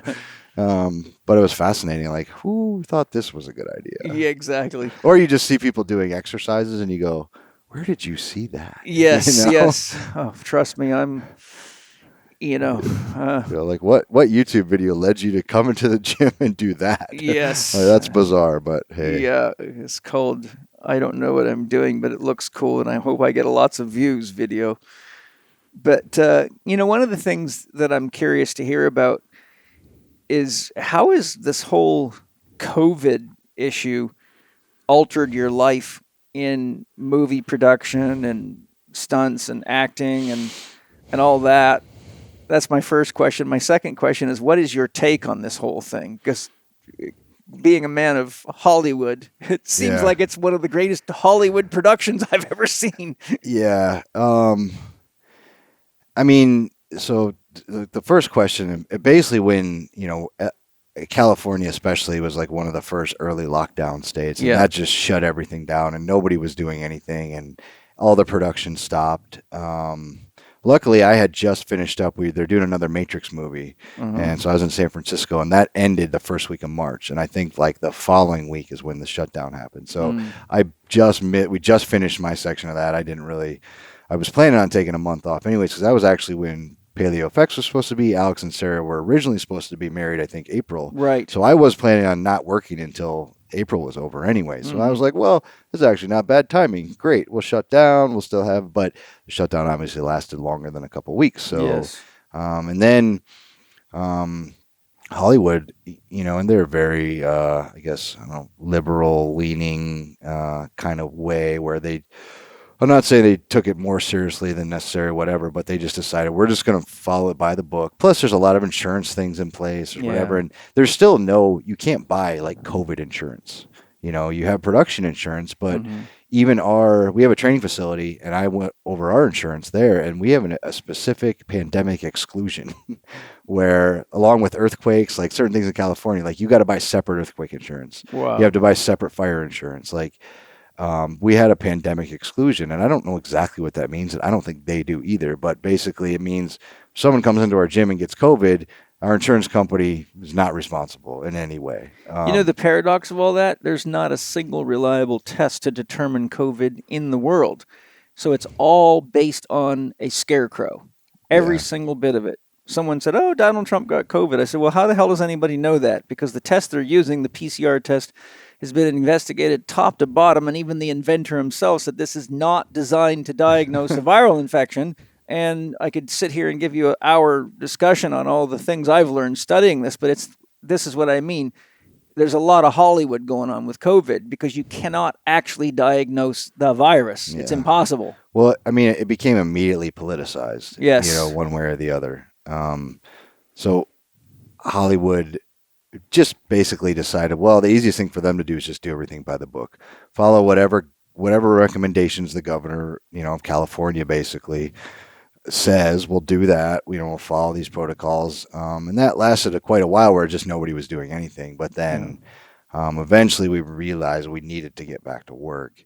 So certain people, companies, whatever, started then coming up with COVID compliant ways to operate a set, which now a lot of companies, I think that like Google has put COVID compliant stuff in place so they can still have people into their offices and stuff like that, which includes, social distancing, masks, hand washing stations, no more like buffet style food. Everything's single serve, packaged, that kind of thing. So Hollywood started to adopt those, and I actually took, for our training facility, if in case needed, I took a COVID compliance course, which was like a 2-hour course online, and you get certified COVID compliance officer. Basically, that means you know what you need to do to follow these set of guidelines. Yes. And they're just guidelines. There's no adopted standard anything at this point either. It's like, here's what this organization, and everybody got together and said, this is our best thing we can come up with. So follow these guidelines. So the movie started implementing that, and then it developed into a whole department. We now have a COVID compliance department where there's probably another 6 to 10 people on set that just handle COVID compliance. And, now a lot of productions have done, weekly testing. Some have moved up to daily testing. They have these rapid tests where supposedly they get the test results in 20 minutes. So everybody gets tested every morning. You wait till your test results are back in a little tent to the side. Then they say you can go in. You got to fill out a questionnaire every day, which is basically a waiver saying, I didn't have any symptoms. I haven't been around anybody. You do all that stuff. They let you on set. You got to wear your mask all the time. I've only worked on one show so far for a few days where all that was going on. And I would say it only reduced productivity by 10 to 15% overall. So it didn't really slow us down that much. But, okay, so you've got $100 million movie, 10%.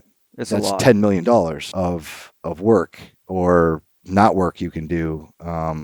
And I don't want to make it sound just about the money, but let's face it, that's what drives most of what we get to do on a movie set or any business. Yeah. I mean, we all have to make a living, right? And money might be the root of all evil, but also it's the blood of life for an industrialized world. I mean, we all have phones, we all have cars, we all have homes, and if we had to eat and we have to pay bills, and I mean, money is really the life force that circulates through a culture to keep it alive because it's based on exchange of currency. It's not like it used to be where, I might be able to give you some milk and you might be able to fix my fence or, do something in trade. Now it's, really hunting is what men like you and I used to do to go hunting now becomes hunting to make enough money to live the life we want to live and take care of the people that we love. So it's, there's a certain point. And speaking of money, if you have enough money, you can actually create an illusion that entraps an entire world. And it takes a few billionaires holding hands, and some of the investigations into who's really coming out big in COVID. This is just a few arrows pointing to a very few spots. Yeah. Who have been very good at staging a worldwide action flick with a horror story thrown in, and some manipulation and some drama and some political shit. And it's kind of like watching I don't know if you saw this video that I've seen a few times now, but one of the doctors whose information on COVID I really trust pointed out, look, this video has been played over and over again in the news, and here it is being shown and said to be in New York. Here it is saying it's in Italy, and here they're saying it's in Australia or whatever. Yeah. They were showing the same piece of video footage. It was exactly the same people in the same waiting room, but proposed to be at different sites all over the world, creating this look of panic and stress and flooded hospitals. And then another woman I know that investigates these things went out to hospitals when they were saying on the news how the hospitals were overflowing with COVID people. The hospitals were completely empty. The nurses were hardly even there. The paramedics hadn't seen hardly anybody. The places were ghost towns. So, the more I looked into the whole thing, the more I went, somebody's put a lot of money into creating a very appropriate movie that is so real that people are actually believing it from the top to the bottom, except the very people that are manufacturing and producing the movie. But anyhow, after all that, I'm just curious, what's your take on COVID as an actuality?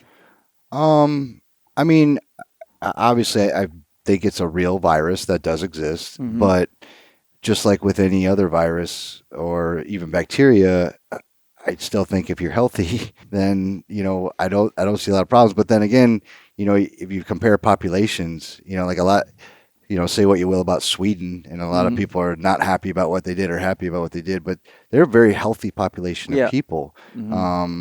So should we have done what Sweden has done? I probably not either, because I don't think our population could withstand that kind of what they, their herd immunity and not really closing down and that kind of thing. Because, the stats, like most of the country is overweight. Most of the country has a form of heart disease or diabetes. Yeah. So when you throw in those factors, it's like, I guess I don't really know what the answers should have been, but I know that if people were healthy and like, myself and others, you take care of yourself, I don't think you have a lot to be concerned about. No, actually, the most current stats by the most reliable people in the industry have shown that COVID's actually no more dangerous than the seasonal flu. In fact, slightly less dangerous, and it doesn't affect anybody any more than the seasonal flu. In other words, the same people that would have gotten sick and died from the seasonal flu, no matter what the cause, no matter what the age, they're already unhealthy people. So they're a setup for, they're Humpty Dumpty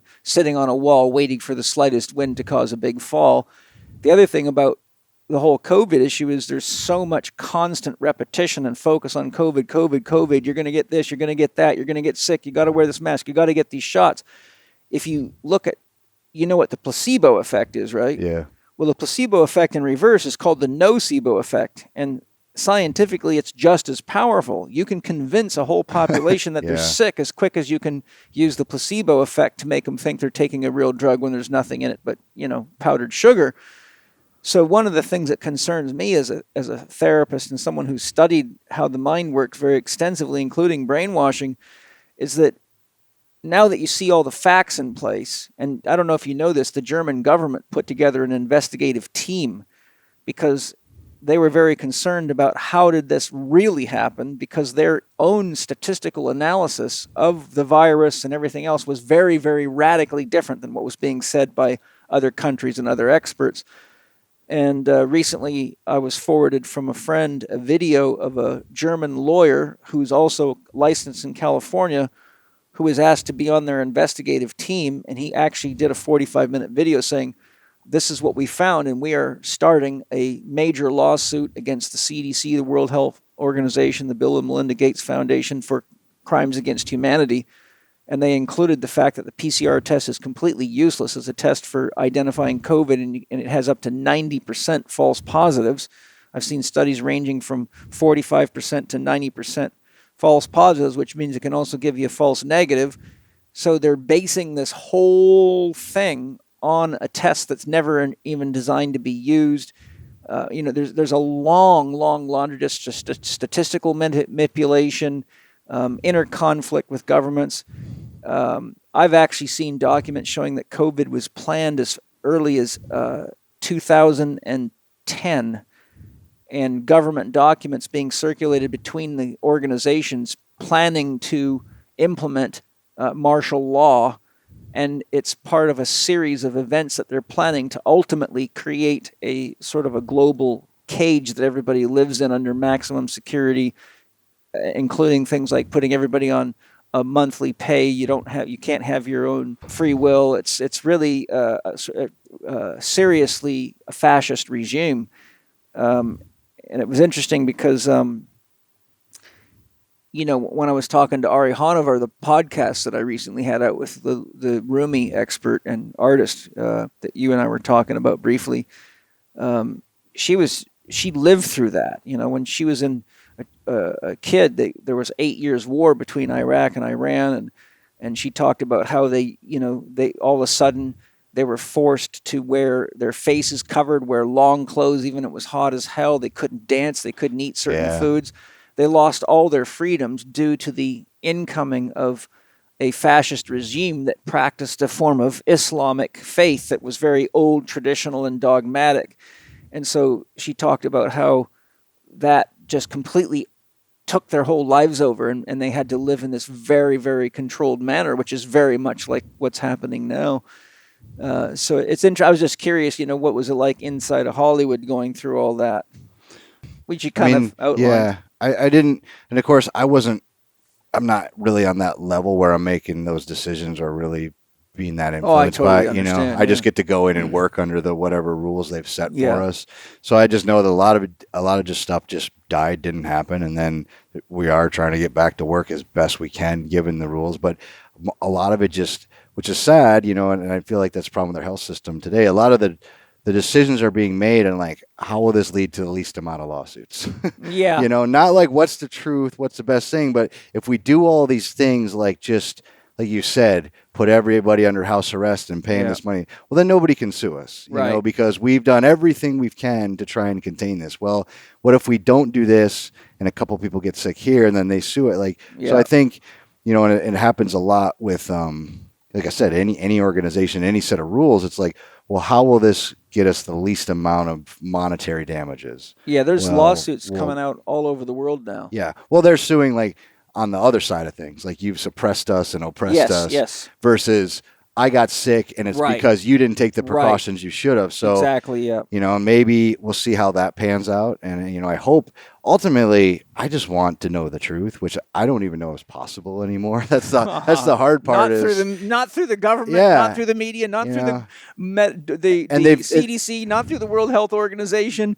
And like you said, they've done it to themselves by using these multiple videos that people go, wait a minute, that's not right. But I think I can't remember who was talking about it. It might have been Sam Harris. I don't know if you ever listened to Sam Harris. He's a famous atheist. Yeah, but he was, I think, talking about how if something false gets posted and say 100 people read that false thing, even if they post a retraction, only like 10% of those people will ever read the retraction, and only like 10% of those people will actually believe the retraction. So you can pump out a whole lot of bullshit and never even have to worry about whether anybody's ever going to know the truth or not, because it's going to be such a small, minuscule amount of people that you'll never really know. So they're just throwing out whatever will stick and throw this out, scare people, just constantly toss out there.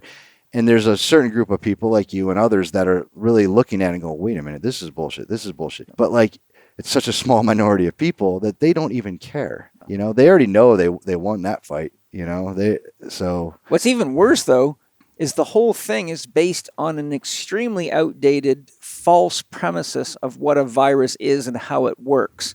And that, to me, is sad. And, I won't sidetrack our conversation with it, but when you actually really look into what a virus is and how it works, and you listen to talks by the world's leading experts on it, everything about the way it's being handled is completely false. It's based on an entire premise.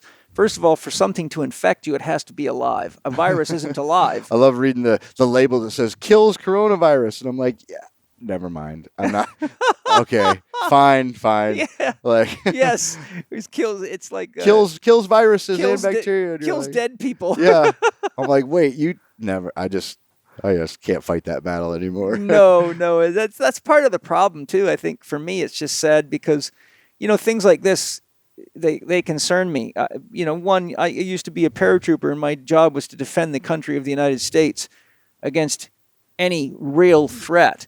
And when I feel like our own country is under attack from within itself, it really triggers me as someone who has nationalism from the perspective of what it means to be an American and how important freedom of speech and constitutional rights are. And when all of a sudden I'm losing my freedom of speech, and so are the most wise doctors in the world, and I interviewed Leslie Manookian all about this because she did extensive research into it. And she said, I'm paraphrasing, but she said, they keep taking the truth off of the internet because they don't want you to see the truth. And so I said to her, well, how do you know what the truth is? She goes, that's easy. That's what they're taking down.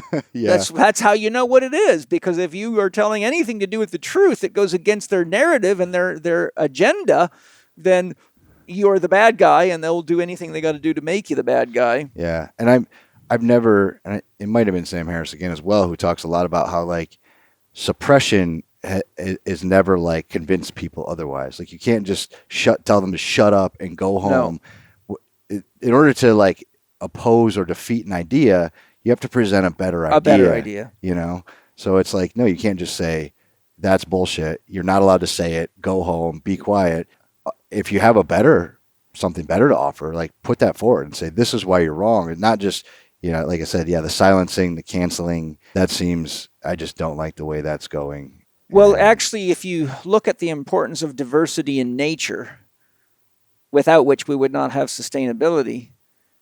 If you study philosophy or you study education or science of mind, you have the same problem as soon as you begin to diversify freedom of speech. Because now, like one of the things that's happening all over the world is people are trying to limit what you can say on college campuses. They're excluding certain topics. They're excluding, anyone want us to talk about, Nazis or any of this stuff that's uncomfortable to hear about. They're trying to completely eliminate it, which is exactly what Facebook and Google are doing, except they're the ones that are becoming the idea police of the world, not realizing that if we take away freedom of speech, we also take away our warning buzzer. Because if someone starts talking about, I'm going to blow up a bunch of people or I'm going to shoot people in public, we say, okay, we got to watch this guy because he's loopy. Yeah. But if you repress all that, you don't know, and that they still go do it, right? Yeah. And then if you get great minds that are thinking outside of the box, that are proposing like an alternative cause of COVID as something maybe from nature with a real solid background that could really make us all think of these things in much greater ways, but they keep eliminating that. What happens is you keep narrowing the range of exposure, and because life uses a polarity, there is a dialectic of energy, male, female, light, dark, morning, night, north, south, consciousness can't function without a polarity. So the more you start removing freedom of speech, the more you actually depolarize the field of the experience of life. And so imagine it this way. Pretend that you're a gym owner and someone comes by law and says, squat cages are illegal now. And then cable machines become illegal.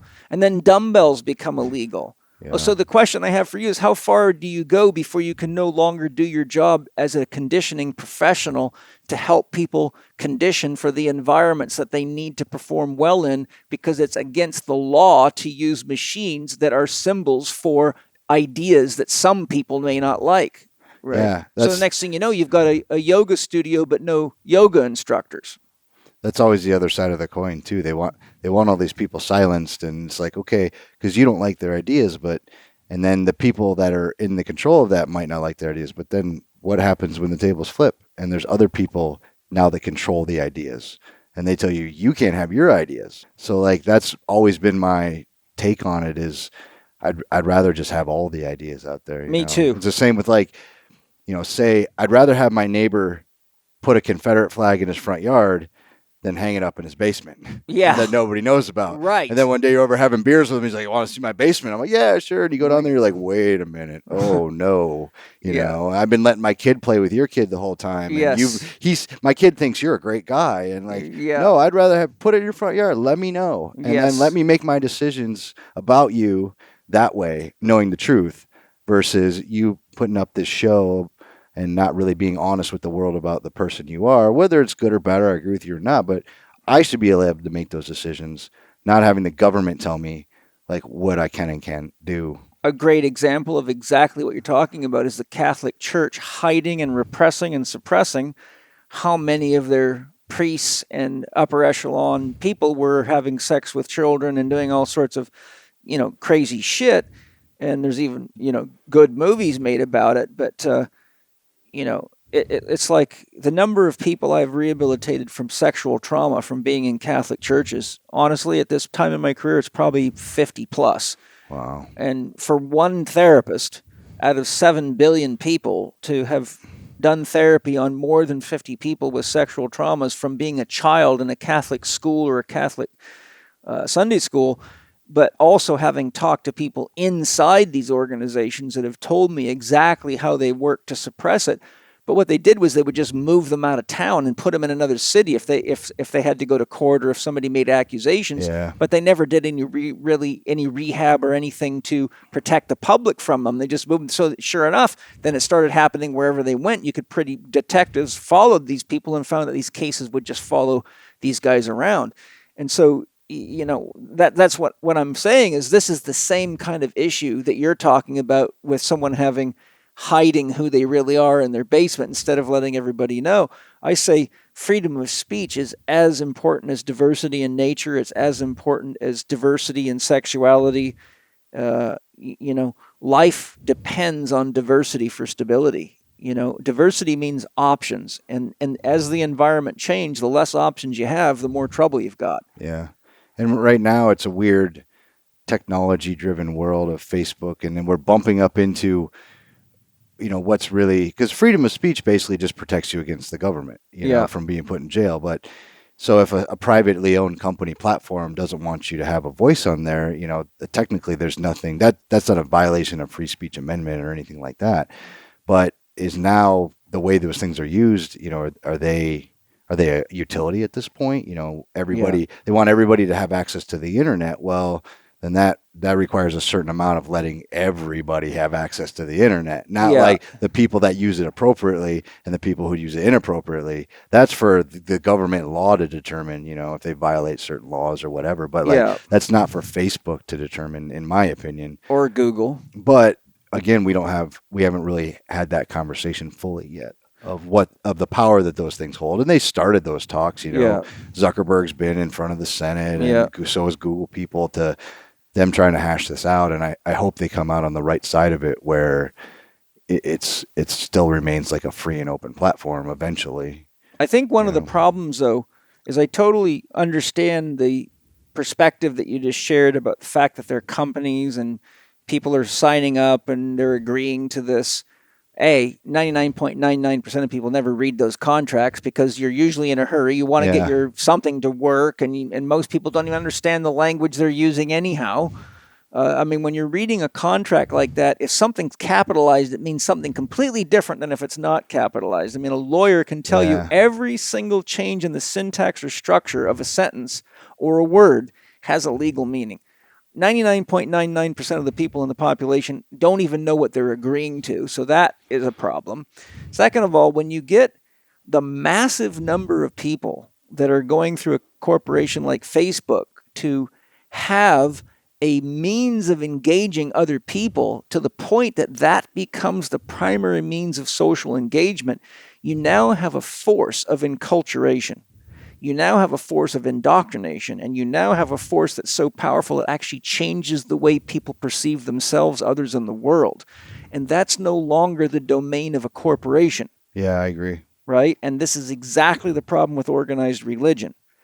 Organized religion is a system of dogmas that compete against each other largely to make money and have a massive effect on the formation of a person's mental structure, sense of self, sense of world, and sense of other. And when religions, for example, claim that if you don't take Jesus as your savior, then you're going to burn in hell, then it creates a real problem, because now what you're doing is you're creating a belief system that is exclusional to potentially half the world or more, right? More than that. I mean, I think there's like 1.5 or 1.2 billion Christians. But so when you get that many percentage of the people believing that everybody else is a sinner and there's something wrong with them for not accepting a savior, then you can understand why the number one cause of war in the world is religious differences about God. But I tell people, you got to understand, that's not real religion. That's corporate religion. That's how the Vatican became the richest corporation in the world to this day. And so my point is what we're actually now having is we're having Facebook starting a religion with no name that is affecting people without their awareness of how their minds are being manipulated, their choices are being manipulated, and they're using AI technology to scavenge their data. And within minutes, you can actually see if you watch. For example, if you go look for something on Amazon, within minutes, you'll start getting emails telling you about all these new products that are exactly what you were just looking for. And you'll get emails that, interestingly, have the names of friends of yours in the headings of the emails, which means somehow they know exactly who you're talking to all the time. So this is going beyond the real domain of a company that has a product to a formative force as powerful as religion that has turned you into its product. And that's what deeply concerns me. And the reason I'm talking about it right now is because they're using the same sort of strategies that Hollywood uses to make something look real. We really think people die in the movies. If it's done well, it feels like they died. If it's done well, it looks like a woman just had a baby. Yep. Right? That's the goal. If it looks well, you really think that woman just had a hell of a good orgasm, right? But when you're successful enough in Hollywood to make people have visceral emotional reactions to a movie and even hate the actors that are the bad guys, then you don't realize that when that same technology is broadcast into your mind regularly, that you can actually get to the point where you believe that your life is under threat of an invisible virus that no one's ever really proven to exist, other than a few documents saying that it was created in Wuhan and that there's military organizations using these things. And all of that could be true, but that doesn't mean that it's actually doing what they say they do. It just means that they've put a name and a face on an invisible character, just like they do in the movies. Yeah. No, I agree. And it sucks. You know, I don't know what to say about that, because I honestly have a deep love and passion for the movie business and the things I've get to have done and the things we've created and the things I've seen my bosses create and our team create. And then at the same time, I know there's this very dark side of it. But I imagine it's like that in any corporate. It is. You know, it's no different. Maybe you just see it more, and because of the fame and it's broadcast in front of you versus you don't know what, Exxon's doing in the shadows, right? Unless they're oil well leaks, Well, meanwhile, Hollywood might be dousing you with oil all day long, but you think it's cool. Yeah. So same thing. But yeah, I at this point, I sometimes just need to unplug totally and go, I don't want to deal with it, and I know I should. Well, it's tough. It's part of life, but I think that as a collective, we actually have to come face to face with what we've created, and choosing not to choose is choosing, right? Just letting the state handle everything, trusting the medical system, trusting the military, and just thinking, all I've got to worry about is, getting some food on the table and getting my hot rod and having my perfect little life, and with my little yard. But actually what happens is the more we defer of our responsibilities for what we're doing as a collective to a few people, and the less we know about what our tax dollars are doing, the more likely we are to one day have to meet the dragon that we've created out of passivity and out of checking out and out of being busy on games and television shows and not really saying, what's really going on with our money, and what are we really, and what do the Muslims really experience as an American versus who we really are, et cetera, et cetera, et cetera. So I think that we have to go through these cycles. That's what revolutions are all about, right? We had to free the slaves because as we finally woke up to humanity and said, wait a minute, they're humans just like us. We can't torture people like that. Well, as we matured, we realized we have to have equality because we're all human beings.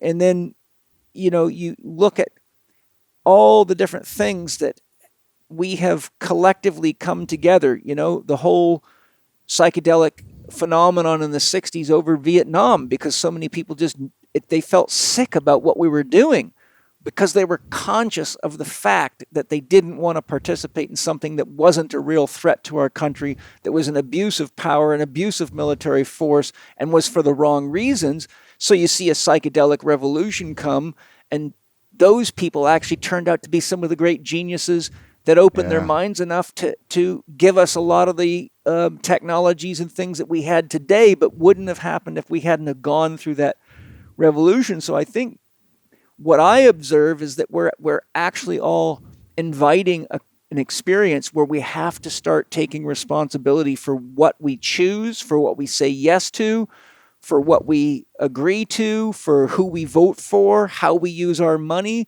because ultimately what we are seeing once again is that opportunists that are very smart will always be smart opportunists, and the more they can distract us with sleight of hand or otherwise, the more they can establish control and get far enough down the line that it's really hard to do. Like, you could only wait so long before you had to intervene on Hitler before you were dead or forced into a concentration camp. And I think all of us are at a time in our evolution where this generation has now got to take more responsibility for what it means to be a human being. And what do we need collectively on this planet? And can we really be letting corporations buy water wells and stop us from drilling our own water? Can we really afford to have government agencies killing people with advanced patent technology for free energy and cures for cancer and writing suicide notes and making it look like they've disappeared, when really those are the very geniuses we should be honoring, worshiping, and celebrating and giving Nobel prizes to and things like that, instead of corporations sweeping them under the carpet and defacing them. And so I think COVID is actually a great invitation to say, wake up, pay attention, don't believe everything you read, even if it's from a scientific study, because a lot of them are bought and paid for, and it's time to actually get clear on what we need worldwide as a collective so that we can continue to enjoy our movies and continue to enjoy the safety and security of knowing that the way we're treating other people in the world and the way we're treating nature is actually sustainable and not going to cause perpetual cycles of death and destruction that are unnecessary. Yeah, I totally agree with you about, back to the personal responsibility point where, we talked a little earlier about my stoic philosophy nature, and like that's kind of where all that leads us is I'm always looking inward. Like at this point, I don't, almost to a fault where like someone could literally stab me in the back and I'd be like, well, why didn't I turn around quicker? Why I probably gave them that knife. Why did I give them a knife? I probably taught him how to use it. Yeah, like I trained that guy to stab people in the back. Like what? I should have, Which point's right? Who trained Bin Laden? Yeah. We did. Yeah. Right? So there it is. I'm big on that personal responsibility thing. And like you were mentioning about the contract and people don't know what they're signing up for. For me, I sign up for something. If I didn't read the contract and I, in the end, get royally, screwed, I just look at myself and go, that was dumb. I should have known better. Next time I will do better, So I guess maybe it's my stoic nature. I never give myself the luxury of that cop out or like, well, you took advantage of me. I didn't know that. It's more like, crap, I screwed up. This is my fault. Won't happen again. It's like, fool me once. Shame on you. Fool me twice. Shame on me. So that's kind of where I am on a lot of things. And, back to, and same with the health thing. If you're obviously you might affect elderly people different or whatever, Yeah. but if you're a normal, healthy or normal, middle-aged or younger adult, you shouldn't really be that concerned about it if you've been taking care of your health Yeah. properly. And everybody has their own issues. You might have immune issues, whatever. Yeah. And at that case, you might need to take extra precautions. But if you're just lazy and overweight and don't eat right and don't get good sleep and Yeah. you're stressed out and you have bad relationships and then you get COVID, if that were me, I wouldn't be going, oh, if only the government would have made that guy wear a mask more. Yeah. I'd be like, I'd be like, this is my own freaking fault. Yeah. Like, I could have prevented this. I could have done better. And I don't feel like society's going that direction. It seems to just keep pushing the buck down the line, passing the buck. I mean, Well, that's why I think this is a good thing. I hope so. This is what I mean. It's a wake-up call. And it's a wake-up call to say you better take care of yourself, because it doesn't matter if it's COVID, the seasonal flu, or the next virus that comes along, because viruses mutate constantly. So the truth is there could be 50 versions of the COVID, but we just don't know it yet, right?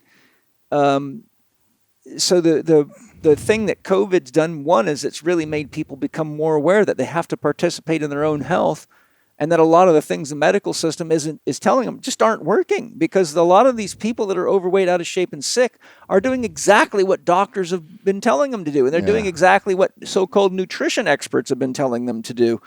I mean, when you look at the fact that when I went to publish my book, How to Eat, Move, and Be Healthy, I had a top literary agent named Margaret McBride, who did the 4-Minute Managers for, I believe it was Ken Blanchard, had a lot of major successes. And if anybody could get a book published, it would be her, which is why I chose her.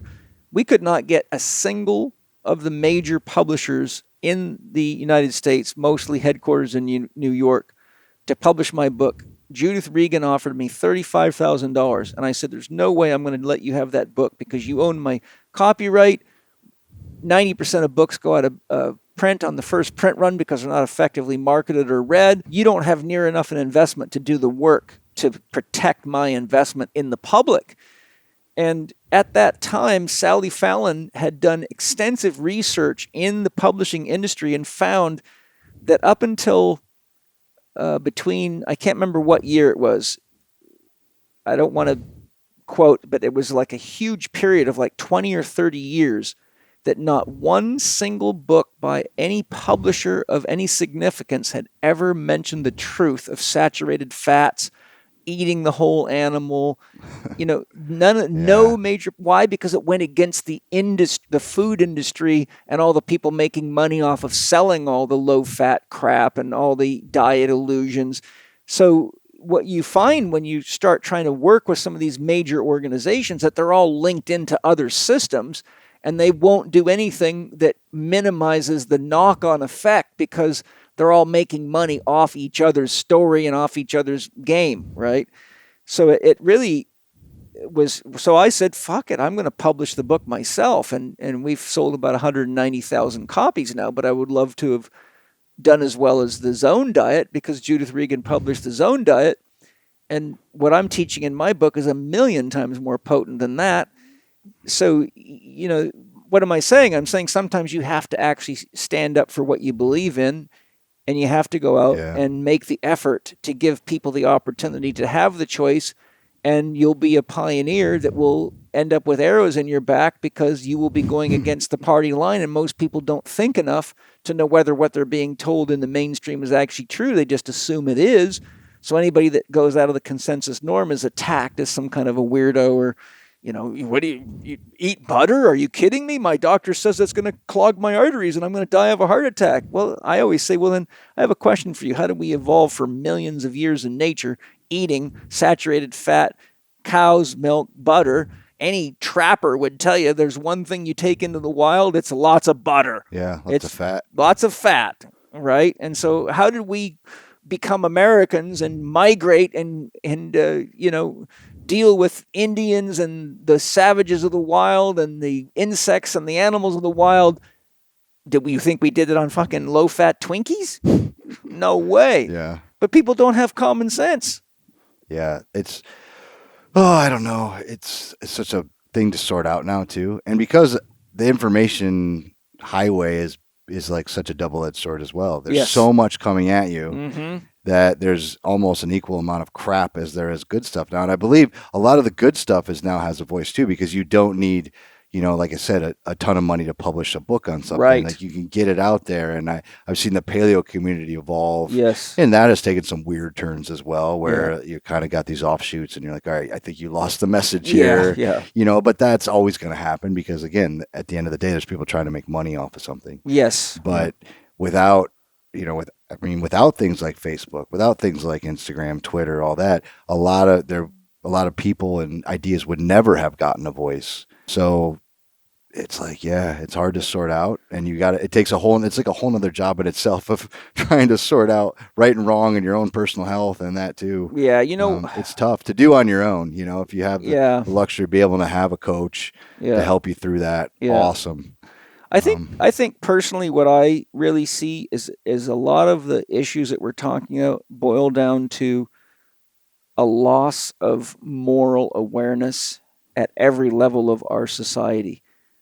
A moral is a code of conduct that is life affirmative.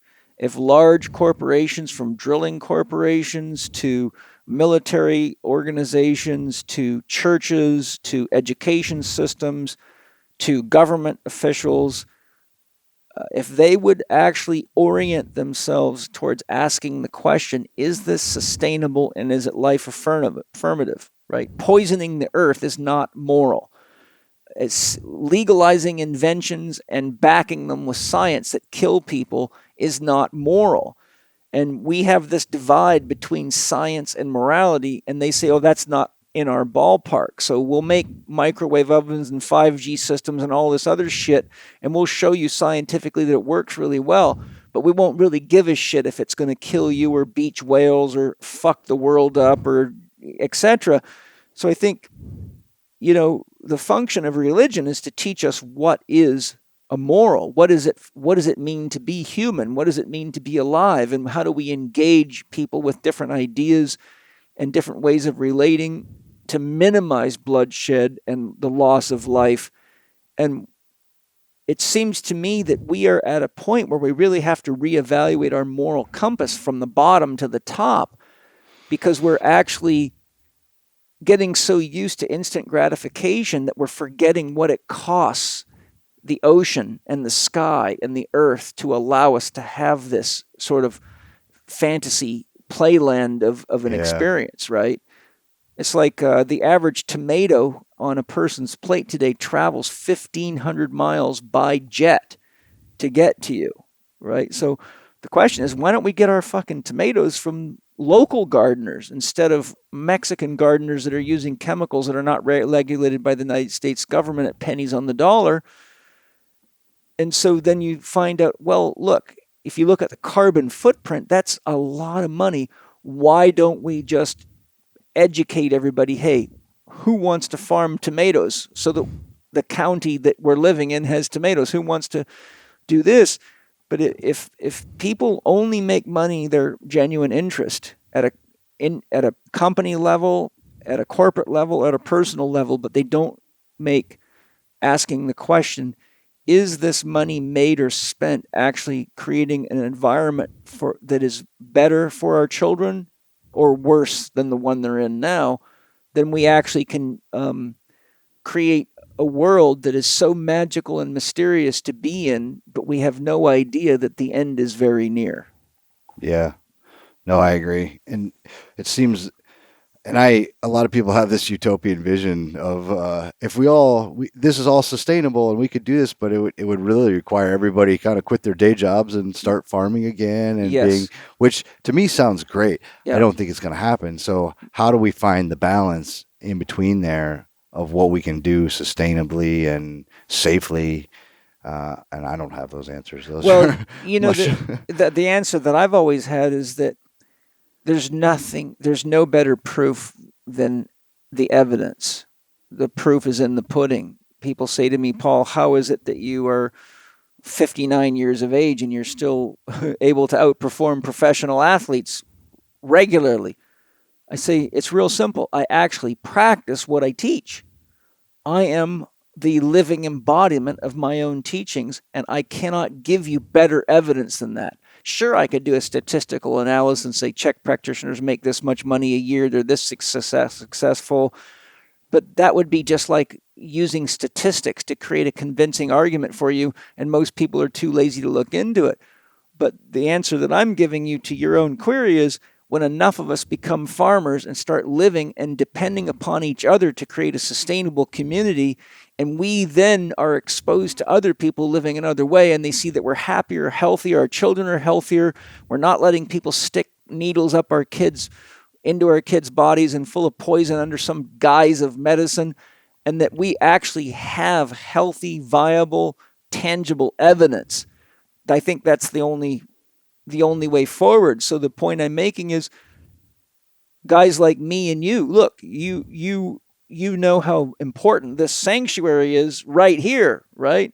And think of how many lives will be changed here. And I have my own, and many of my students have built sanctuaries like this all over the world, from Russia to Australia to you name it. And people come there and absolutely have life-changing experiences and go back and change the way they feed their children, change the way they eat, the way they live, and change the way they run their companies. So, a good idea always starts somewhere, and oftentimes with only one or two people. But the next thing you know, we all have light bulbs in our houses, and we all have cell phones in our hands, and we all have cars, right? Well, if we can do it with cell phones, light bulbs, and cars, we can do it with what we've got to do to create a world that is respectful of the beings in nature that support us, from the soil to the oceans to the birds, the bees, the flowers, and the trees, because you don't need to be very smart to figure out without them we're gone. No more movies. So yeah, so I mean, I guess that now I just have more questions. That's every time I listen to your podcast, I was like, now I just have more questions. But it is something I struggle with a lot in the movie industry. Is, I mean, if you look at like, and we talked about it earlier, what it takes to make a movie. You've got hundreds and hundreds of people working, staying in hotels, eating food, consuming fossil fuels, whatever. I mean, and for months, maybe a year at a time, and all you get out of it is this 2 hour long, maybe 2 hours, maybe an hour and a half long picture that goes on a screen and plays, and people cheer and spend money on it. So, but being involved in that industry now, like, I have a genuine love for making movies and that process and the creation and everything that goes into it. And then I step back sometimes and look at it and go, we're just destroying the fucking environment by making any movie at any time. Like, it's a waste of resources, a waste of people, a waste of everything. But then I love it. Like, I'm so happy to be there. I'm proud when I see that movie. Like, it's a piece of me. Like, I know, I get goosebumps. I'm like, I remember that. It's something that I genuinely love. So, like, how do you, and I would love to just, give it up and start a farm. But I don't know if that would make me happy. I don't know if I'd be happy on this farm doing that kind of thing. Like, what will I still yearn for this other creation thing that I fell in love with? Well, all I can do is share my perspective on that, and here's what it is. We all know the movie industry is a very profitable industry, or it wouldn't keep going. You couldn't make $100 million movies if they weren't making a hell of a lot more money than that. And I think a lot of actors like Brad Pitt and people like Madonna and Donna Karan have gone out to third world countries and have started art programs and education programs. And all I'm saying is, there's always a cost to almost anything. I mean, if you really want to get down to it, when you walk across your front yard, you're killing billions of microorganisms that are there to support you. And that's why in real good national parks, they have signs saying, don't walk off the trails. Don't pick these flowers. Don't do this. Yeah. And so all I'm saying is, if we all just said, okay, what is the impact of making this movie, or having this war, or building this building, or having these rockets, and how do we take some of the money from that and compensate by saying we have to regenerate the environment so that we're not creating a perpetual negative state?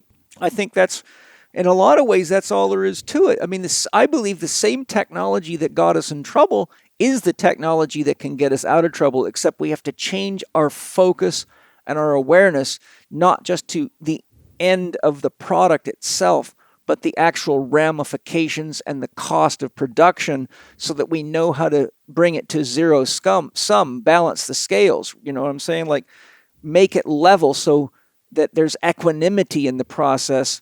But what we have now is just a small number of people getting richer and richer and richer, and trying to impose more and more control on people, and so rich that they can control the governments, can control the laws, can control the media. And so now we actually have the most dangerous viruses on the planet actually are human beings, is what it's turning out to be. And so, which brings up a question I had for you. You know, with the advanced technology they're using now with digitization and things like Disney movies and all the special effects that they can do, how much of a movie is being made in, shall we say, a digital reality, not even using the actual actors, and at what point will that become a threat to guys like you that are doing stunts physically, but maybe will then become cartoonized? And you know, one of the things I wanted to say earlier, but I forgot to mention it because I didn't want to disrupt your flow, was, you know, one of my favorite shows is Blacklist. And Blacklist happened before the last season, COVID happened before the last season finished. And their last episode, they had to do with all these animated kind of cartoon-like characters because none of the actors could go do the acting. So they finished the series by digitizing it and creating caricatures, right? Almost half like human cartoons. So how much of Hollywood is really now becoming all computer generated, and how might that impact people like you? Oh, that's a thing we struggle and talk a lot about all the time. So far, and I guess it depends a lot on the movie and what's happening. You know, I think very much with, you know, like the John Wick, Atomic Blonde movies went very, very back to the grassroots of like, we need to have an actor that can do all this stuff. We have a fight team that do all this stuff.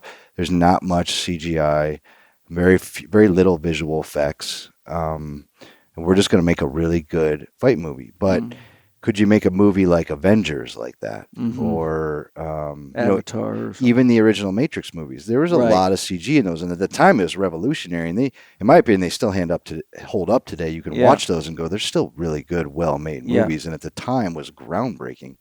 But you know, I think it works well in the Matrix because you knew there was an alternate reality, the Matrix world. In your brain, you can sort that out and go, okay, I get that this is CGI. Or there's that scene, I think, in the second one where he fights like 100 versions of Agent Smith. And a lot of them look a little on the fake side. But you're like, yeah, it's the Matrix. That's fine. But for me, even now, when I still see full CG characters or even face replacement, there's like still something in my brain that goes, that's not right. Like, I know that, and you can get away with a little bit of it.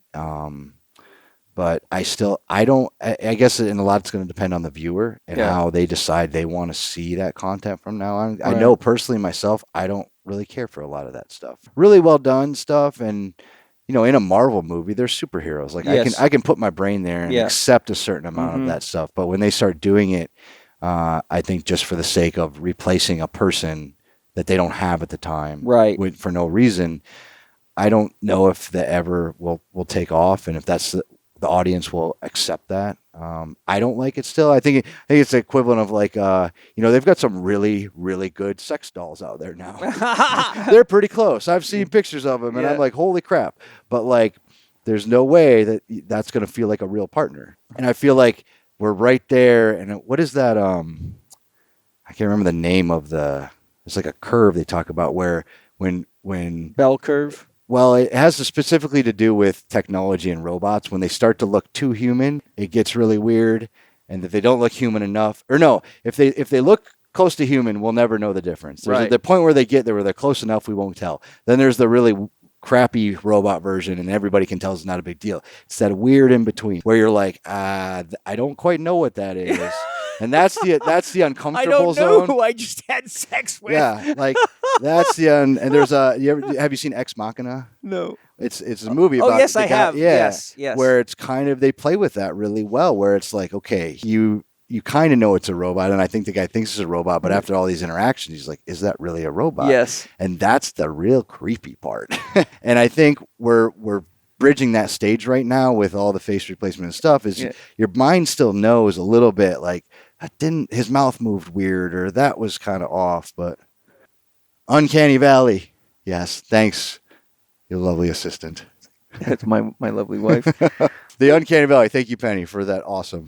I couldn't remember that in my brain, but I feel like we're exploring that right now in the film industry, where what can we get away with and still have it look like real enough, or people will accept it. For me, I still don't like it, and as a performer, I obviously don't want to lose my job, but there's an aspect of performing and doing the stunts realistically that is still really inspiring to me. A lot of fun. And I like to see when we do big car wrecks or that kind of stuff. Like, it's really cool. I know they can do that CG, and there's scenes in movies where I know that was CG and it still looked pretty good. But when you're there on set doing it, it's an experience that when you see them pipe ramp a car and it just boom, boom, boom, boom through a city street. Yes. And it's been planned so well, it didn't hit the buildings that are all over. And you go, wow, that was incredible. And the amount of work that it took to put into that. And, I'm also not trying to downplay the amount of work that a CGI animator would have to do. Cause that again is hours, days, years, maybe. That's practically frame by frame, isn't it? Thousands of man hours to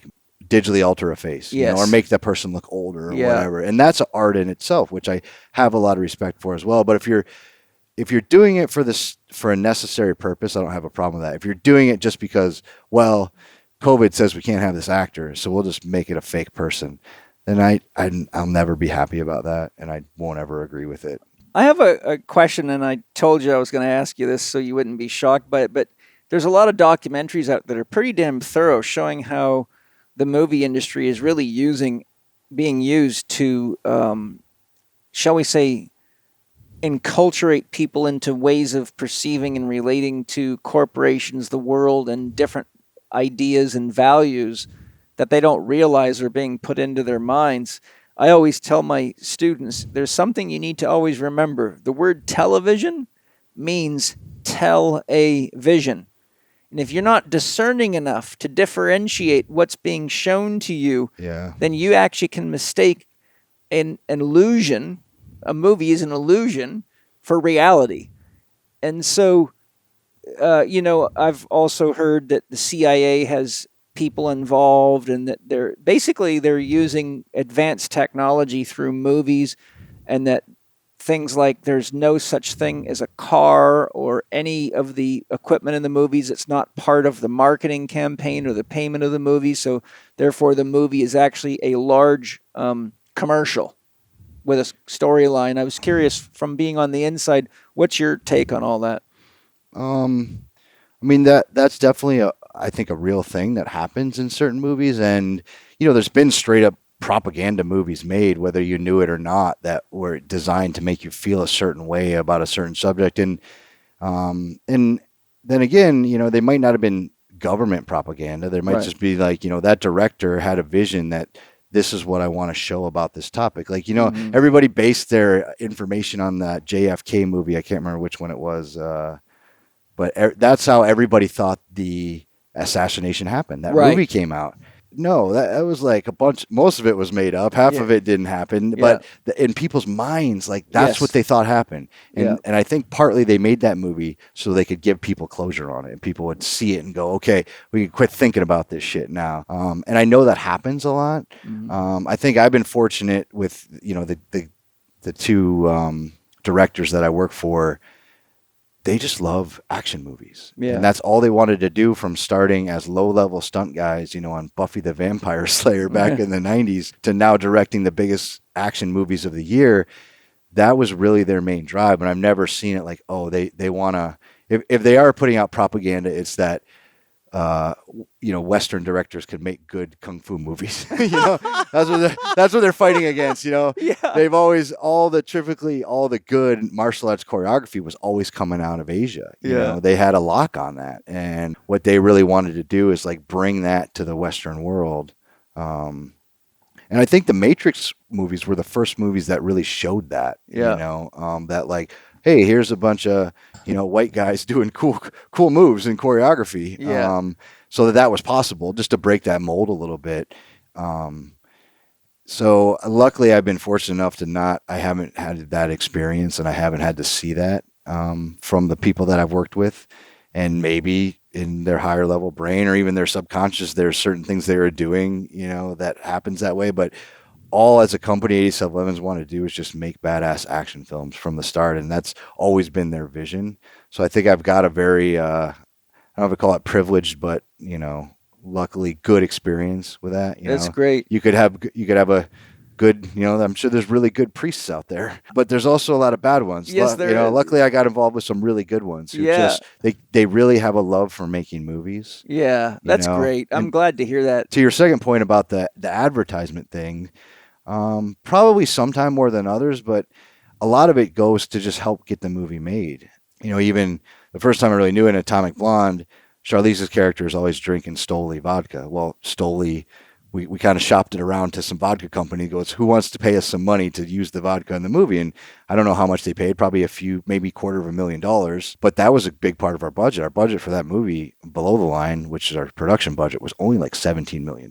We did not have a lot of money. Mm-hmm. So $250,000 is a whole nother day of shooting. Yeah. So if Stoli, if we got to basically do a big long ad for Stoli to get our movie made, well, cool. We're not really pushing a vodka on anybody or a car company or whatever, but it's alcohol in someone's hand. But there's a whole marketing department that does that. The product placement team. That's what they do. They find things in the movie that go, wow, this guy uses this same car all the time. Well, James Bond's driving a such and such. Okay, Dodge, how much do you want to give us to have him drive a Charger? Hey, Ford, how much do you want to give us to have him drive a Mustang? So I wouldn't say it's, there's much higher level thought to that I've been exposed to. Again, I do have a limited perspective. Audi spent some money on cars in there with the transporter. I've seen a lot of Audis in these top movies, which is cool because I love my Audi. I have an Audi A3, and it's just so much fun to drive. Yeah, and I'm sure like Fast and Furious movies, he's got that Challenger, and that I'm sure Dodge contributed heavily, or at least donated the 100 cars they needed to wreck. Yes. So, and like the Dwayne Johnson, The Rock, he's heavily sponsored by Under Armour. So he's always wearing his Under Armour gear, that kind of thing. And we've had companies approach us like that too, that want to put their stuff in the movie, and we go, look, ninjas don't wear Nike, so.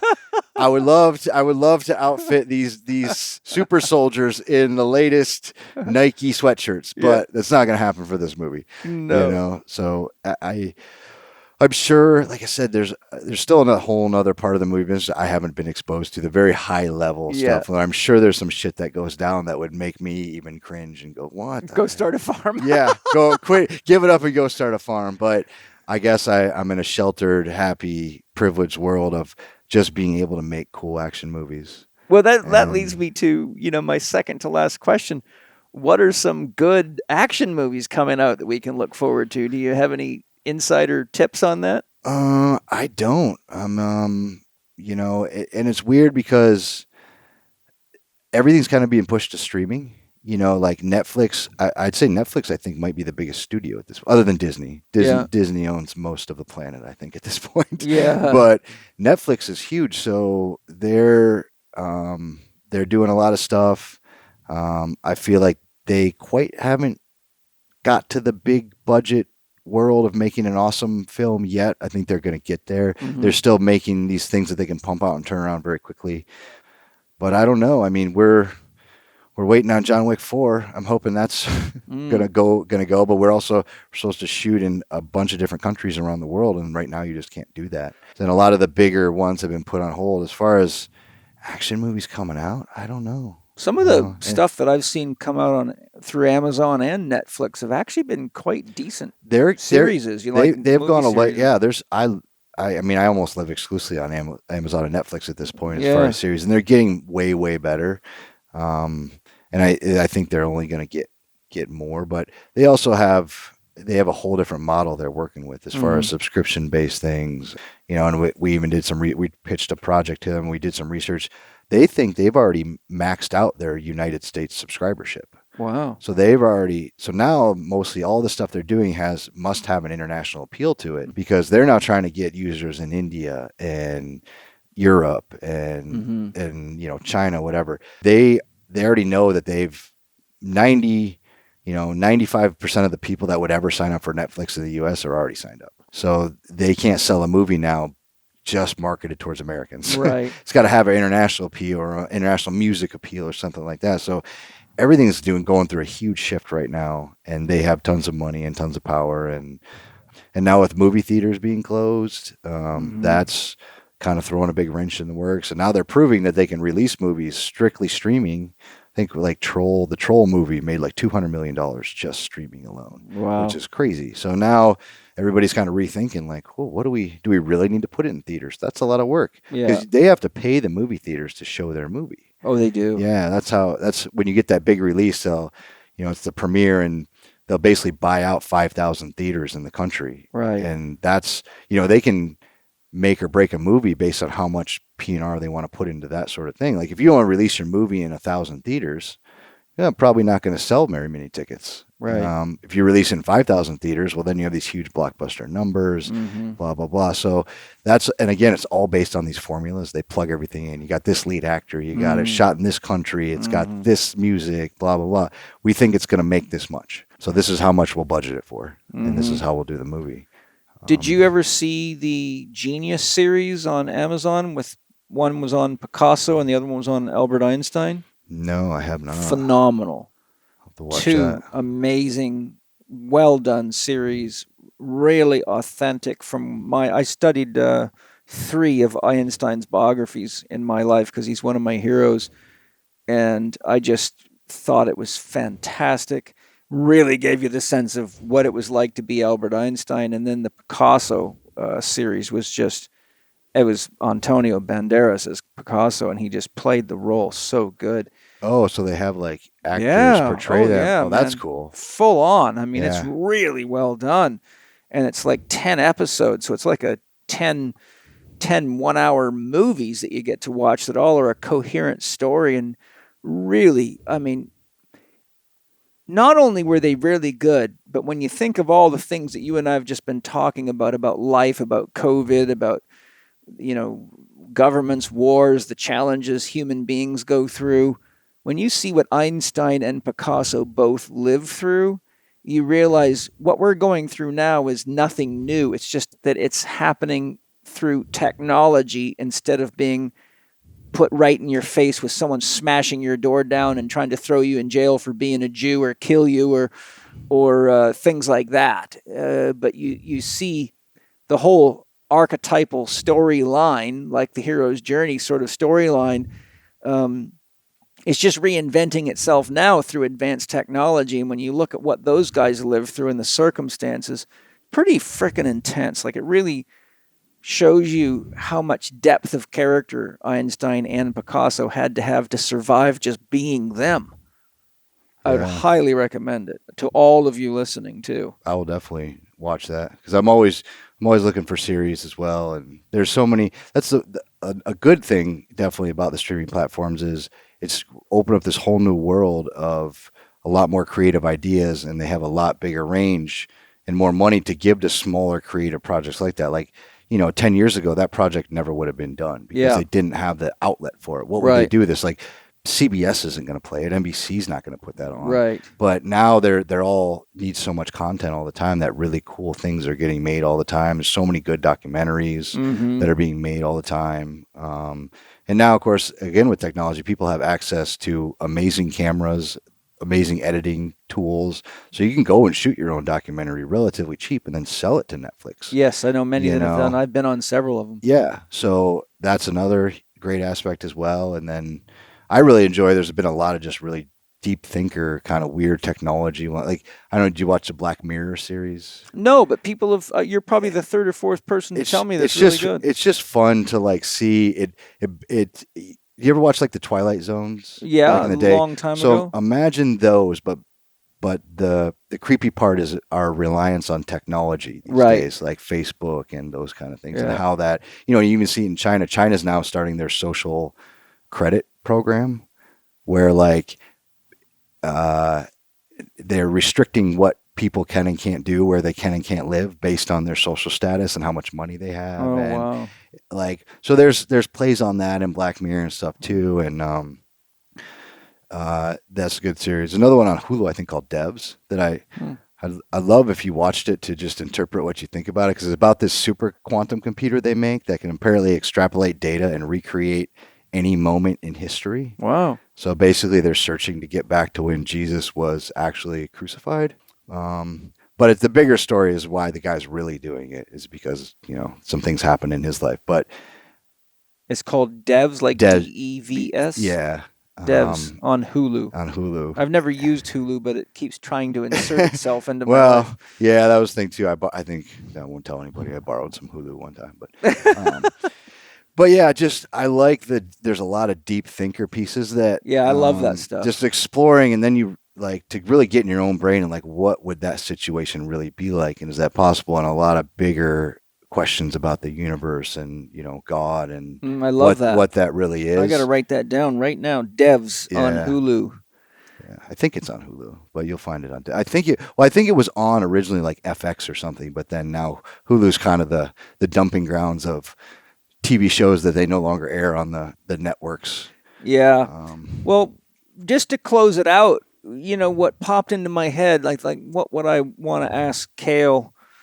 Obviously, a successful stuntman with a lot of skills, production inside of Hollywood, to kind of close it out. And so what came to me is right now with COVID, one of the things that's come out, and I've had a lot of people ask me to address, is a lot of people feel lost in life and they don't really know how to find their purpose or what their dream is. So I would love it if you could share, if you had the opportunity to reach a lot of people that are in that place in their life where they're not really sure what they want to be or what their passion is or what their purpose is or what is the meaning of life. Because, with all the financial ruin and all the social distancing and loss of connection, it's caused a huge amount of suicides and a lot of violence in families, and a lot of young people, particularly between the age of about 16 and 30, from what I've seen from all the people reaching out to me, they're really having a hard time figuring out what it's all about and why they're here. I'm curious, as a guy who's now lived 41 years of life, didn't even know he'd end up being acting in movies and be a stunt man, and came to the realization that, there's magic behind the curtain. What would you share with people that are in that state? Oh man, based on your own life experience. That's not an easy question to go out with, Paul. Hey man, well, you're hanging out with me. I'm not going to ask you what the difference between a good camera and a bad camera is on the clothes. Man, well, I mean, short version. Like we talked earlier about my kind of stoic philosophy in nature. Like I've always been one to just kind of think to myself, if I just keep working hard, stay humble, work hard, and everybody says that shit, but eventually I think if you try hard enough, like you'll get there. But what I've really found has saved me in most situations is, yes, I have a career part that I love, but that's been basically put on hold for 6 months now or more. But there are other parts of my life that I cling to that are my routine that I also love too, like number one, working out. And I've had a great partner through this whole thing, my girlfriend, that, has taught me so much about myself. My family, like I said, I have a great family who I adore. And these are things that always keep me grounded, that are, I guess, the pillars, and you might not be at the top, but you're not also at the bottom. So I think everybody, I hope people can find something, a part of their life that keeps them, I guess, holding on. It's a foothold, it's a handhold Yeah. that when shit gets really bad, like I've always, even like I said, we talked about, I went through that depression of a year playing Xbox, but I went to the gym still every day. And that might have been the 2 hours of my day that I didn't feel like shit, but that was enough to get me through that year of crap. You know?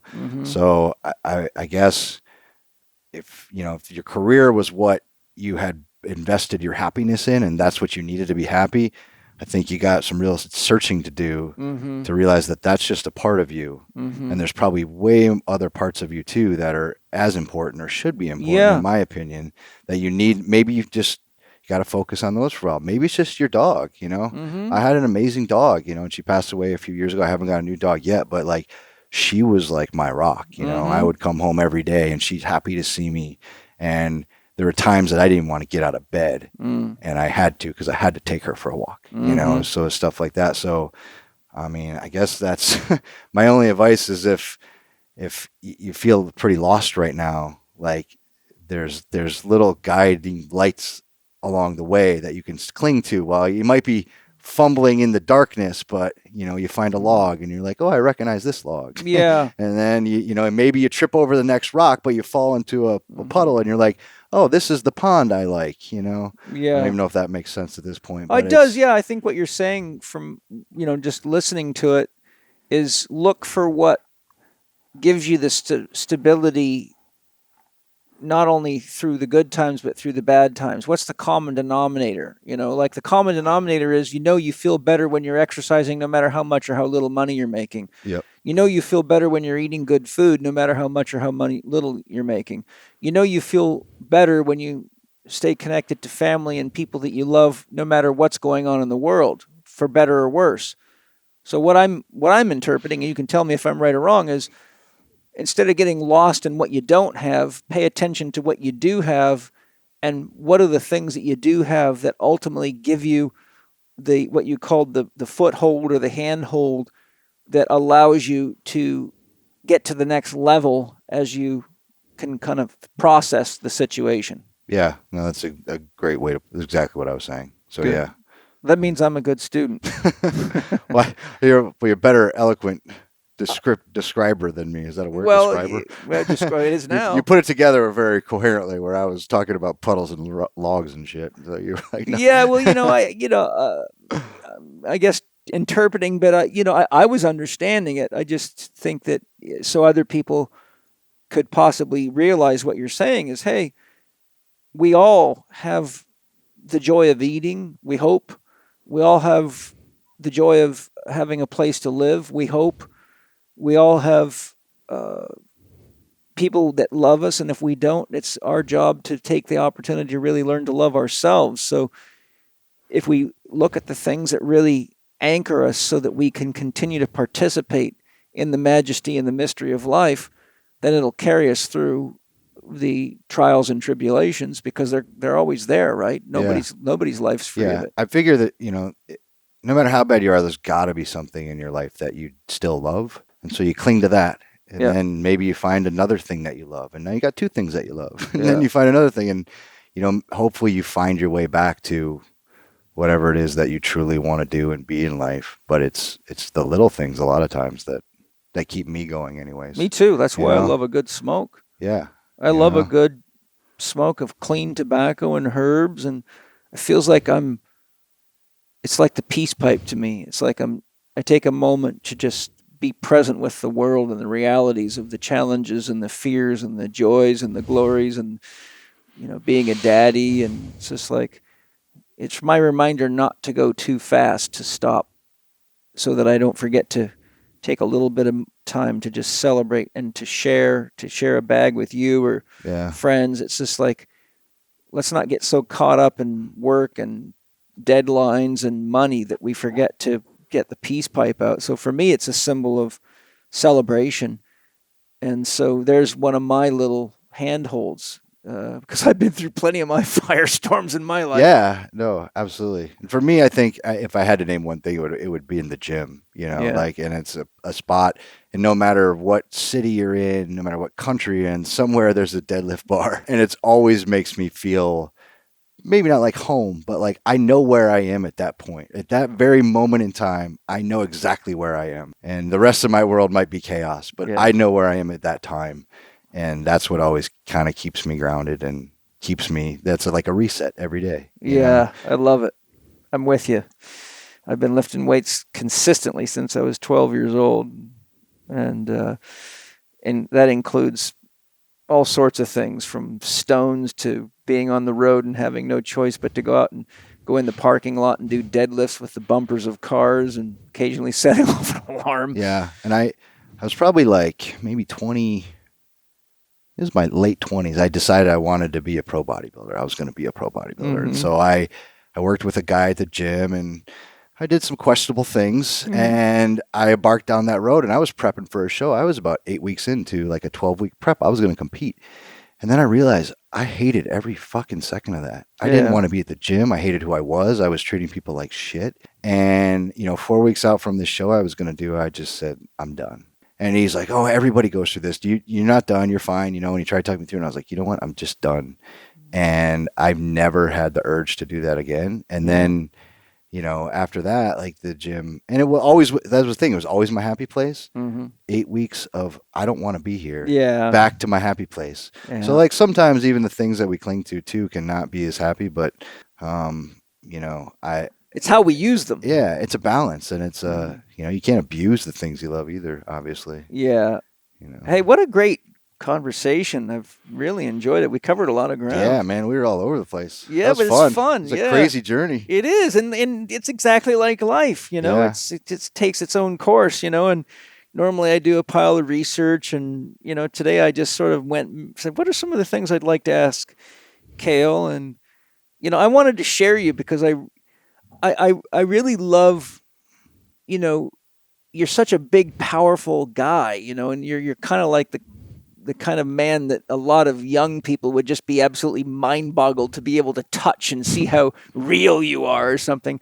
And I remember the first time I met you, I just thought, man, he is really, there's a real calm center inside of him. And it's very different than what you get with most men that have your physique and have some success. It's often there's a lot of polarity inside of them. It's like my way or the fucking highway, or I'll kill you, kind of thing.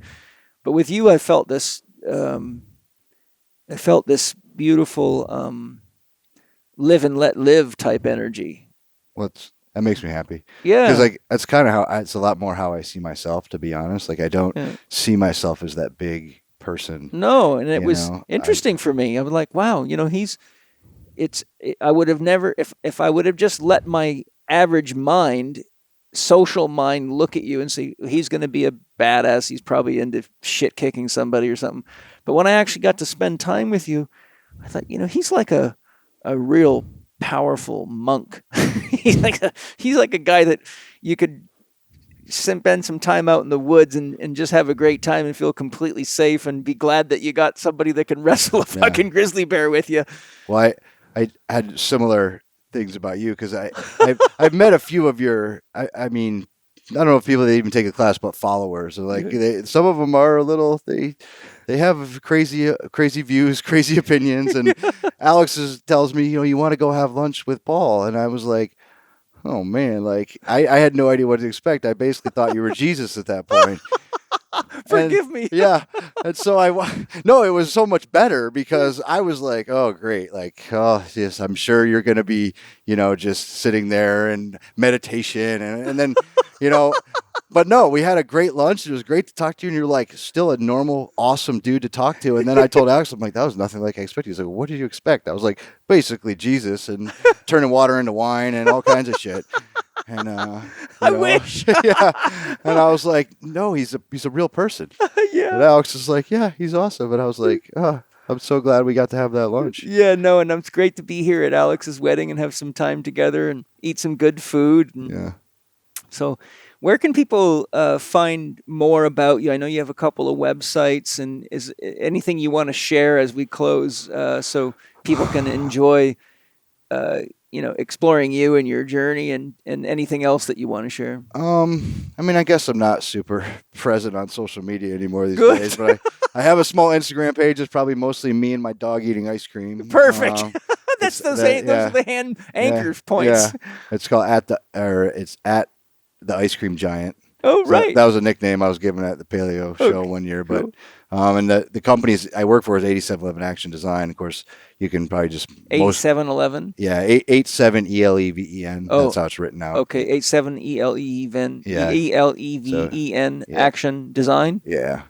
But you'll mostly just see our movies, and that's probably a better. Again, our website is probably about 5 years old, and we don't update it because, again, we're not super big on social media, but we try to display our presence elsewhere. Cool. Yeah. Well, thank you so much. What a great treat. I feel like I've got an experience of what it's like to be inside the movie as opposed to seeing it and wondering, what the hell, how did all this shit happen, Well, I still have those moments too when I see it and go, how the hell do we pull that off? So well, I'm right there with you. The thing is, I must say, there's nothing like a great movie. They're great entertainment, and I love watching movies with my kids, and there was one that just came out on Amazon the other day, and I was looking for a movie that I could watch with my son Mana, who's almost 4.5, but he likes real high energy stuff. He gets bored very quick. So the problem is not too much death and stuff that I don't want his mind getting all freaked out. So it's kind of hard to find a movie that I can enjoy that he will also enjoy. And this movie came out called Love and Monsters. Yeah. And it turned out to be a damn good movie, and he absolutely loved it. And, I said to my soul, should I rent it or buy it? My soul says, buy it. And I said, okay. I know I'm not going to watch it twice, but there must be a reason. And first thing he said when he got up the next morning, he goes, Dad, can I watch Love and Monsters again? And he really enjoyed the movie, and it had a beautiful story to it. And I'm like, the movie industry can really add a lot of value and joy and beauty to our lives, and it's a time where we can get together and sort of huddle around what used to be the campfire. And one of the 5 questions most skilled shaman will ask you if you come to them with a problem is, when did you stop singing? Because that's usually when your problem started. When did you stop dancing? When did you stop enjoying good stories? When did you stop enjoying being alone with yourself? And when did you lose your sense of the magic, mystery, and awe of life? And so to me, movies really means enjoying a good story and just actually checking out so thoroughly that the story takes you away, right, on this, become a pirate with Johnny Depp, or get into the thrill of being James Bond, the top secret agent of the world, or be, see what it's like to be one of the greatest martial artists in the world, and, be able to just flip people around. That's where my genuine love for it comes from, is the ability, and I've watched some movies that just, and even the ones, there's ones now, I'm kind of in weird movies where I like movies that make me feel uncomfortable. And that's a weird feeling to have as you're watching a movie and I'm getting anxious and uncomfortable. But for them to be able to make me feel like I can pretty much go anywhere, any situation, and I don't feel out of place. And then I watch this movie and I go, I'm uncomfortable right now. And I'm like, that guy has something that he can project through this screen that's magical, in its own weird way. So yeah, I do love that ability. And I think that's what directors, hopefully are always strive for. Some are just in it for a paycheck. Some have ulterior motives. But in my opinion, if you're not doing it to make people feel whatever that feeling might be, if they're not supposed to feel something with your movie, then you're not doing it right. Yeah. Well, thanks for sharing your life with me and with the listeners. And I'm honored. Yeah. I tell you, I listened to a lot of your podcasts. I was like, I don't know if I'm up for this, man. He's got these people on here, like they're the doctors and professors, and the guy with the biogeometry, Dr. Ibrahim. Oh my God. I was like, I can't go on Paul's podcast. This after this guy, like, oh my God. You know what? I would love to introduce you to him. I would love to. Well, next time something like that's going to happen, let me know, because all his stuff's sold out online. Like, you can't get any of that packages anymore. Yeah, okay, I'm sorry. Well, I've got a Anyways. Biogeometry 2 coming out with his daughter who was on with him, and she is incredible. Yeah. She hit a home run way over the fence, dude. I was so impressed. It was literally like having him there, but with this beautiful feminine presence and intelligence. And, one of the biggest things that was hard for people is his accent. But Doria, his daughter, has a nice, clean English expression. But if any of you like Biogeometry 1, wait till you hear Biogeometry 2, because it's as good. And we get into lots of really cool, honest questions and applications and what's really going on in the world. So I'm grateful that you're enjoying my podcast. Yeah. Hey, somebody in Hollywood that's a stuntman and a movie producer is No. listening to my podcast. That's about as cool as it gets. Well, that's my job. This is my passion and my hobby is like all the other stuff in my life. you Yeah. know? So I like to stay rounded, balanced. Yeah, that's what it's all about. Living 4D. Stay rounded, stay balanced, stay open-minded, and as they used to say in the Army, stay alert and stay alive. I try. Yeah, that's a good stunt thing to go by too, because there's a lot of stuff that happens on movie sets. So Yeah, pay attention. Don't get yourself killed. yeah. Whenever I'm lifting rocks with Mana, I have him repeat back to me multiple times. Mana, what do we never do in a rock garden? Never rush in a rock garden. Right. Never rush in a rock garden. What are the 2 A's of being in a rock garden? Stay alert and stay alive, Dad. That's awesome. That's right. Stay alert, stay alive. Yeah. All right. Lots of love to all of you. Thank you to the sponsors for all their support. Thank you for buying the products from the sponsors. They have incredible values. They're incredible people. And any money you spend with them is truly going back into making the world a healthier, better place for all of us. If you love this show, share it with everybody. If you didn't, it's our secret. Lots of love. Bye-bye. Bye. Thank you for listening to Living 4D with Paul Chek and today's guest, Cale Schultz. You can follow Cale on Instagram at The Ice Cream Giant. For those of you interested in the services available from 8711 Action Design, check out their website at 8711.net. That's the number 8, the number 7, ELEVEN.net. Follow Paul on Instagram and Twitter at Living4D Podcast or on his YouTube podcast channel, youtube.com/Living4D with Paul Chek. Remember, you can watch more on Paul's blog at paulcheksblog.com and the Chek Institute's new media site, chekiva.com.